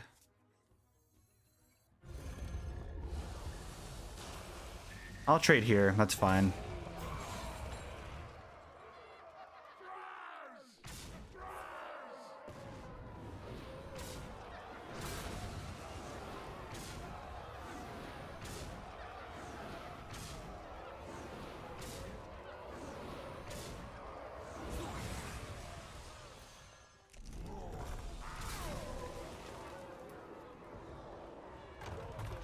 Do that, gain some more armor. I was just trying to get to the Jailer so we could drop it down, and then everything here will still be, you know, big. We have a Mishmasher still, so I'm gonna drop down the Jailer, and then we'll go into Mishmasher, and we should be fine. When we do get to it, of course.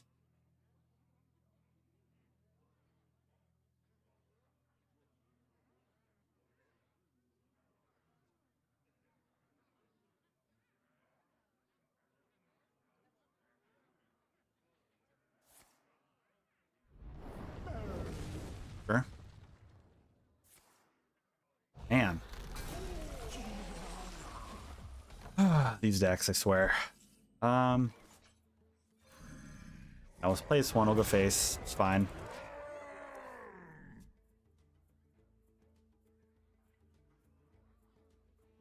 already played Kel'Thuzad, I'm not too worried about anything.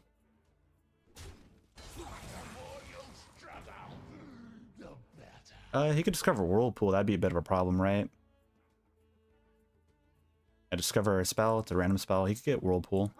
Could also get Whirlpool from that too. Let's hope he's not thinking that far ahead.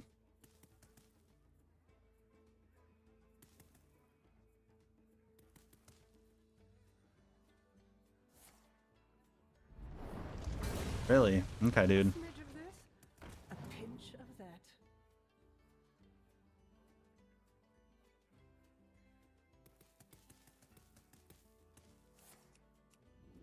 Wow, okay.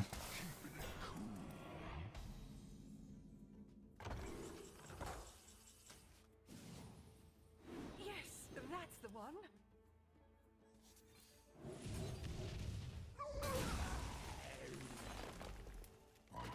Yeah, give me my jailer, please.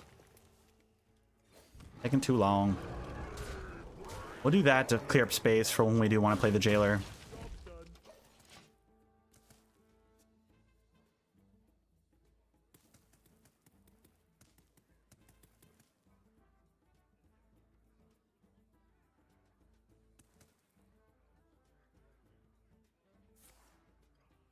Yeah, it's fine.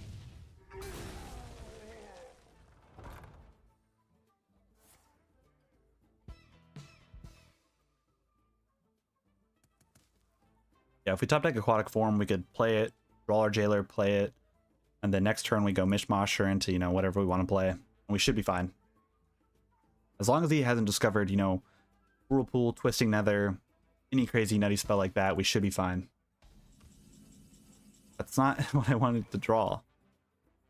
Yeah, we'll just play this there. Fine. Got the Mishmasher here, so we should be fine.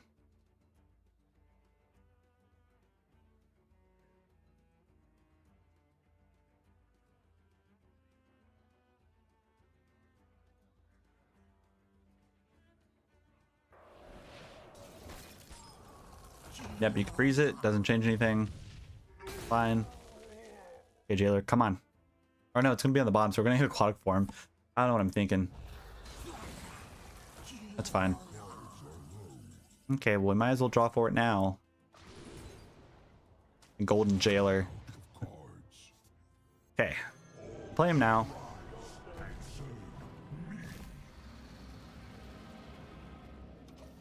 Next turn, we'll play Mishmasher into our Fanboy, pick HP, and we'll be invincible.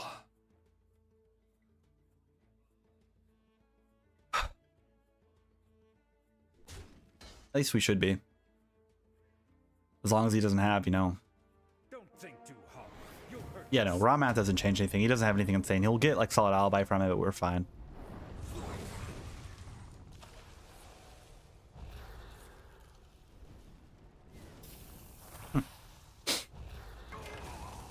He didn't bounce it back either, so that's a good thing too.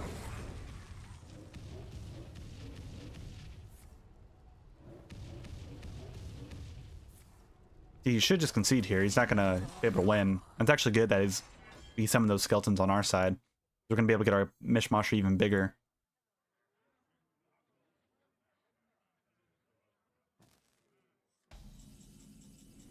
Yeah, take 1 fatigue damage, but that doesn't really change anything. I'll actually pick it on here, so because he'll still, you know, guaranteed 10 HP no matter what. It's fine. Yeah, we win this matchup. At least we should. Unless, you know, Twisting Nether, Whirlpool, any of those cards. Please don't have it. Okay, that's fine. Is there any other spells he could even draw? Really? He's played a lot of stuff. He's already played 4 Deathborns. 2 star powers that he generated from you know, other cards. Second Cold Case, it's crazy. Against any other deck, they would have already been done with what this guy's been able to discover and play so far.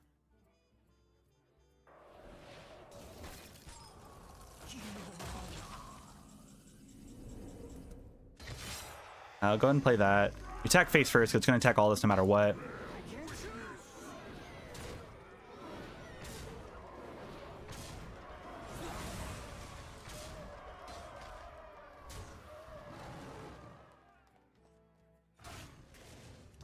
Might as well get that really big. Threaten lethal even more. He shouldn't have any other armor gain, I don't think. He's already played both of his things, right? No, he still has one more Artificer.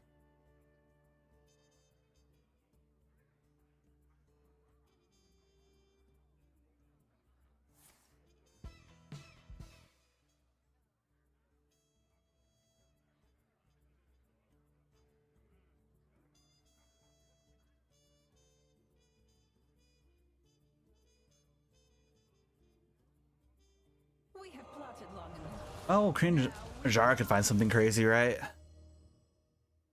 Picks like the 5 random spells he could potentially get Twisting Nether or anything like that, but we win next turn anyway, so he can't play it.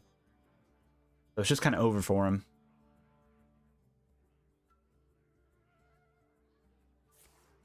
Yeah, see how like that's probably the right thing to pick there, but you're not going to be able to draw into it and play it as well. Because it doesn't reduce the cost of them, I don't think. Yeah, no, it's just random ones. Oh, set the cost to 1. Maybe you could. Okay, I was gonna say, if we got a 1 cost Whirlpool, I would have lost my shit there.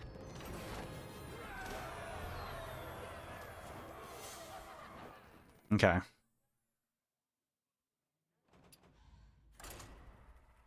Do it again.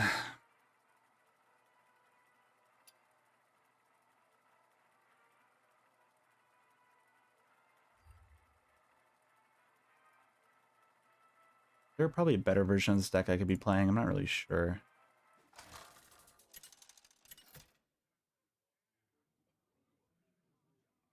Lunara versus Rexar. Let the hunt begin. The forest fights back. This one's probably a better list to play. We'll do this. Plate and Maze is not bad.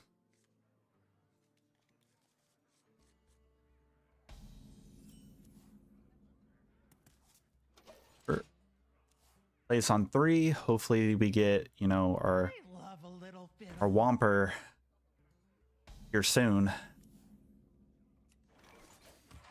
This'll be good. We'll trade into it, not a big deal.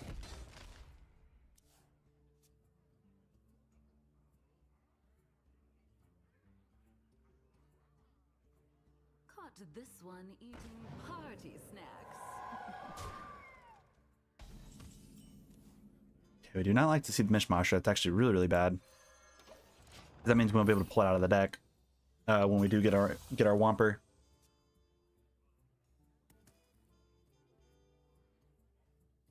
Caught this one eating party snacks.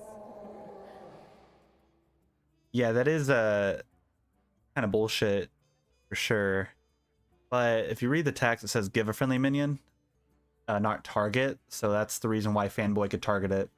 It says give, not target. If it said target, then Fanboy wouldn't be able to work and Fanboy would not be in the deck. But that's the reasoning for why. This'll be good. Yeah. And you know, every other location says target or trigger, so. Well, yeah, no, that's how it's stated. It says give a friendly minion, and since your immune minion is a friendly minion, you're able to target it. So that's how it allows it to work. But if it said target a friendly minion, it wouldn't work. But give means that it allows it to. It's the wording and the how that works. If they really wanted to nerf this deck, they would just have to nerf this, and it's probably better, or it'd make the deck harder to play because you won't be able to get the life gain back. Okay, turn 5, Whomper. This is what I'm saying, like how I know this deck is not like the best deck to be playing because of turns like this. Like we are doing nothing. This'll be good. We haven't even drawn any of our ramp stuff yet either.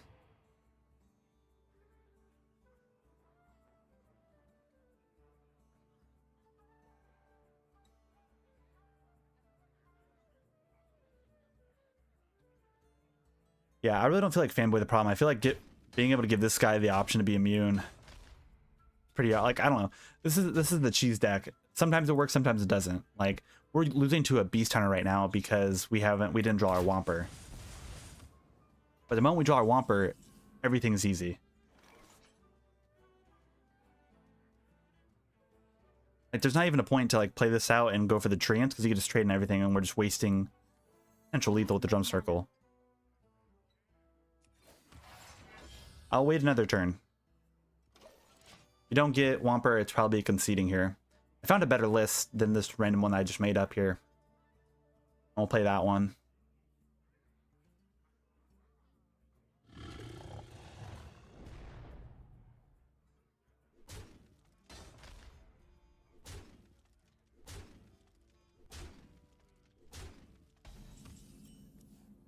Yeah, we just lose because we didn't draw our Whomper. See, like what I'm saying, like this deck is not good.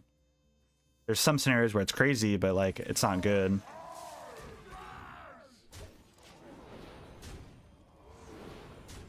Okay, well at least it removed that.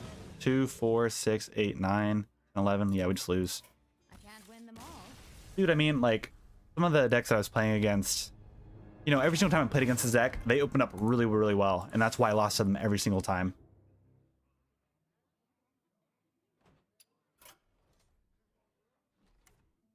And it's not like I'm not mulliganing correctly or anything like that. I'm mulliganing for, you know, what I need to have.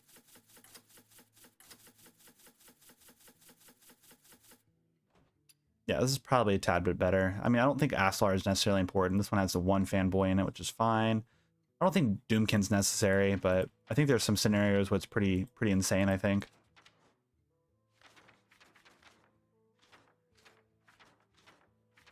Yeah, I guess I didn't really need the rakes.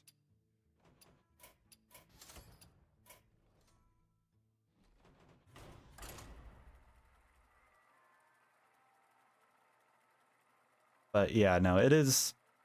They just have to be very lucky. Like you hard mulligan for, you know, Death Blossom. If you don't get Death Blossom, you have, you know, what is that? 2 or 3 turns to draw it. And if you don't draw in those 2 or 3 turns, then you might just lose. So kind of the downside of the deck, but also, you know, against Priest, we just lose. Unless this is Shadow Priest, we have a chance. If it's Control Priest, we just lose. Like, there's no point. Turning tides. I'll even do this. Let's see. What do we keep here? What does it say to keep? All 3 of these are guaranteed keeps, which is weird.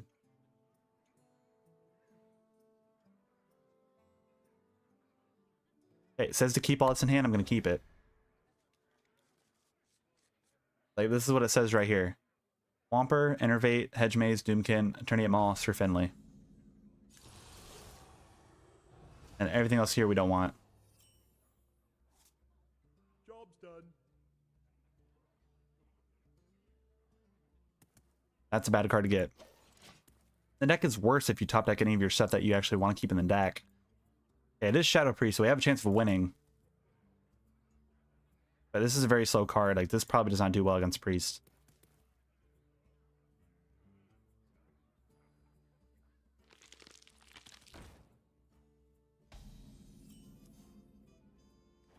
I'm going to silence that right now. I don't want to deal with that egg. Tempoing that out is probably fine here. I have to play it safe. Face on 3. Hope that we draw in the next 2 turns, and then we could just, you know, pop off with that. But Shadow Priest could go wide very, very fast, so we'll see here.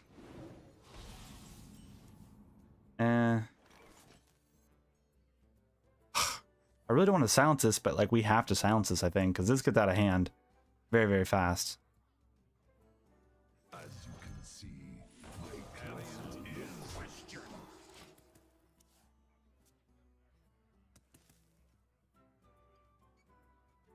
Like, since we didn't draw our Whomper, if like, it's hard to say. Like, if we had a Whomper in hand, I would have not be making these plays because I know we would have been able to pop off and we would have been fine. But since we don't have it Whomper in our hand, we don't know when we're going to draw it. We're going to have to make these silences here. Now we don't have any big Attorney at Maw plays with the Mishmasher. But like, that's what we have to do. Live.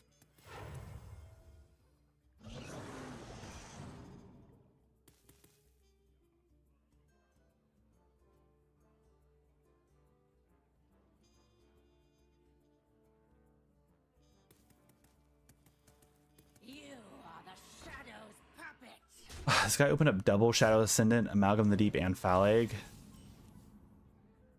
And that's nice to see, but what's the point?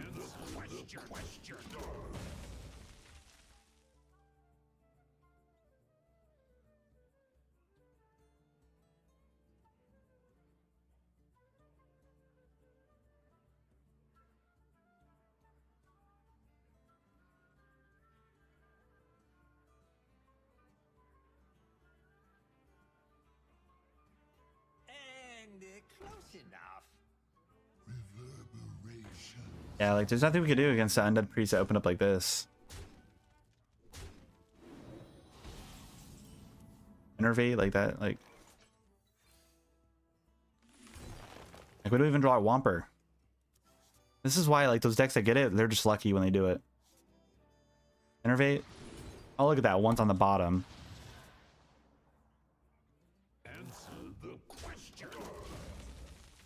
There might be a chance if he doesn't kill us this turn. If he doesn't have the one that deals 5 damage or whatever, that's, let's see, 6, 8, 10, 12, 14, 19 damage. There's a chance that we could live.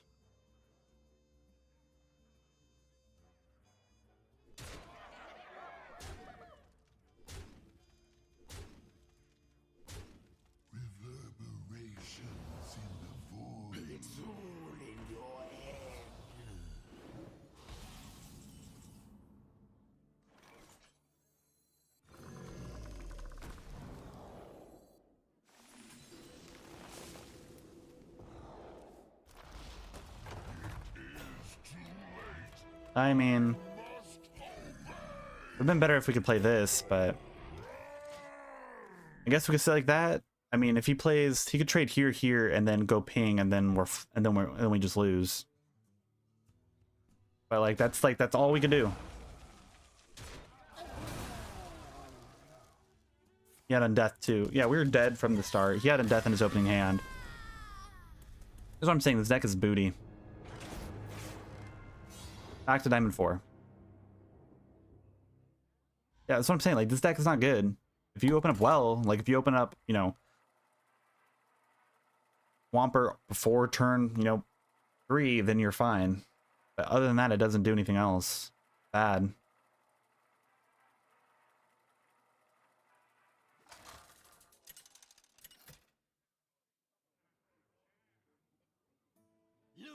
I don't know if you notice here too, but every single game we've played, we have not opened up Whomper once. Your path has brought you here.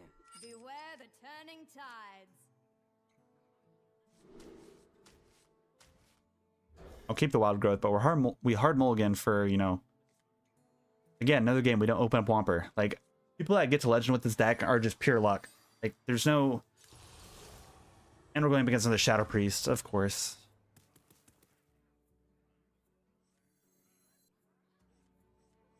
Like, we could play this on turn 1 and hope for, you know, Whomper if it's at the very bottom, but last game it was at the very bottom of our deck. But, you know, they already had the board developed, so we couldn't do anything about it.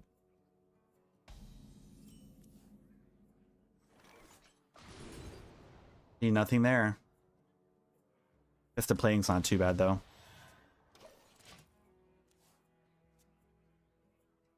Now we're missing out a turn of trying to, you know, draw what we need to draw.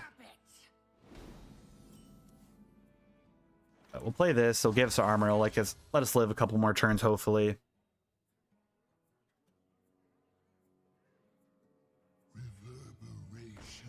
Gosh, it's such a bad card. I don't know why Priest hasn't been nerfed yet. Priest is such an irritating deck to play against. Even this is not good. Play this. Because if we top deck Whomper, it's insane, but... Like, you could have played the Wild Growth there, but it doesn't really change anything. You're just getting mana to do nothing. Can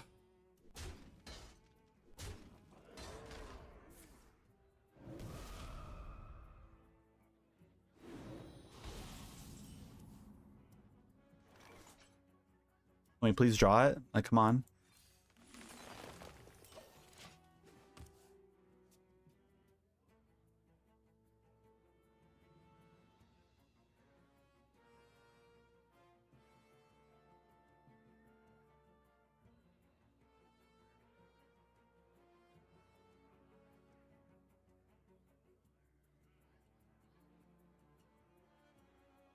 You know, this deck is just pure luck. If you don't open up your Whomper before, you know, turn 5, or you top deck it on turn 5 when you have this down on the board, that's how you win. If you don't do that, you don't win.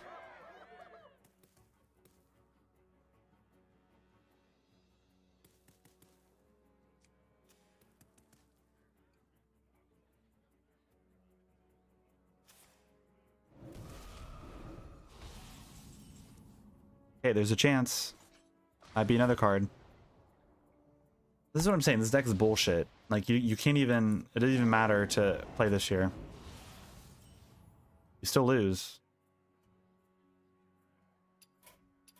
And we're just giving free wins to anyone else. Like, it's stupid.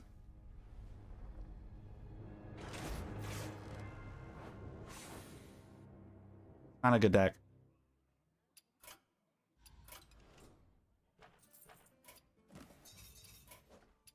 Is this open yet? No, starting 3 days. Okay.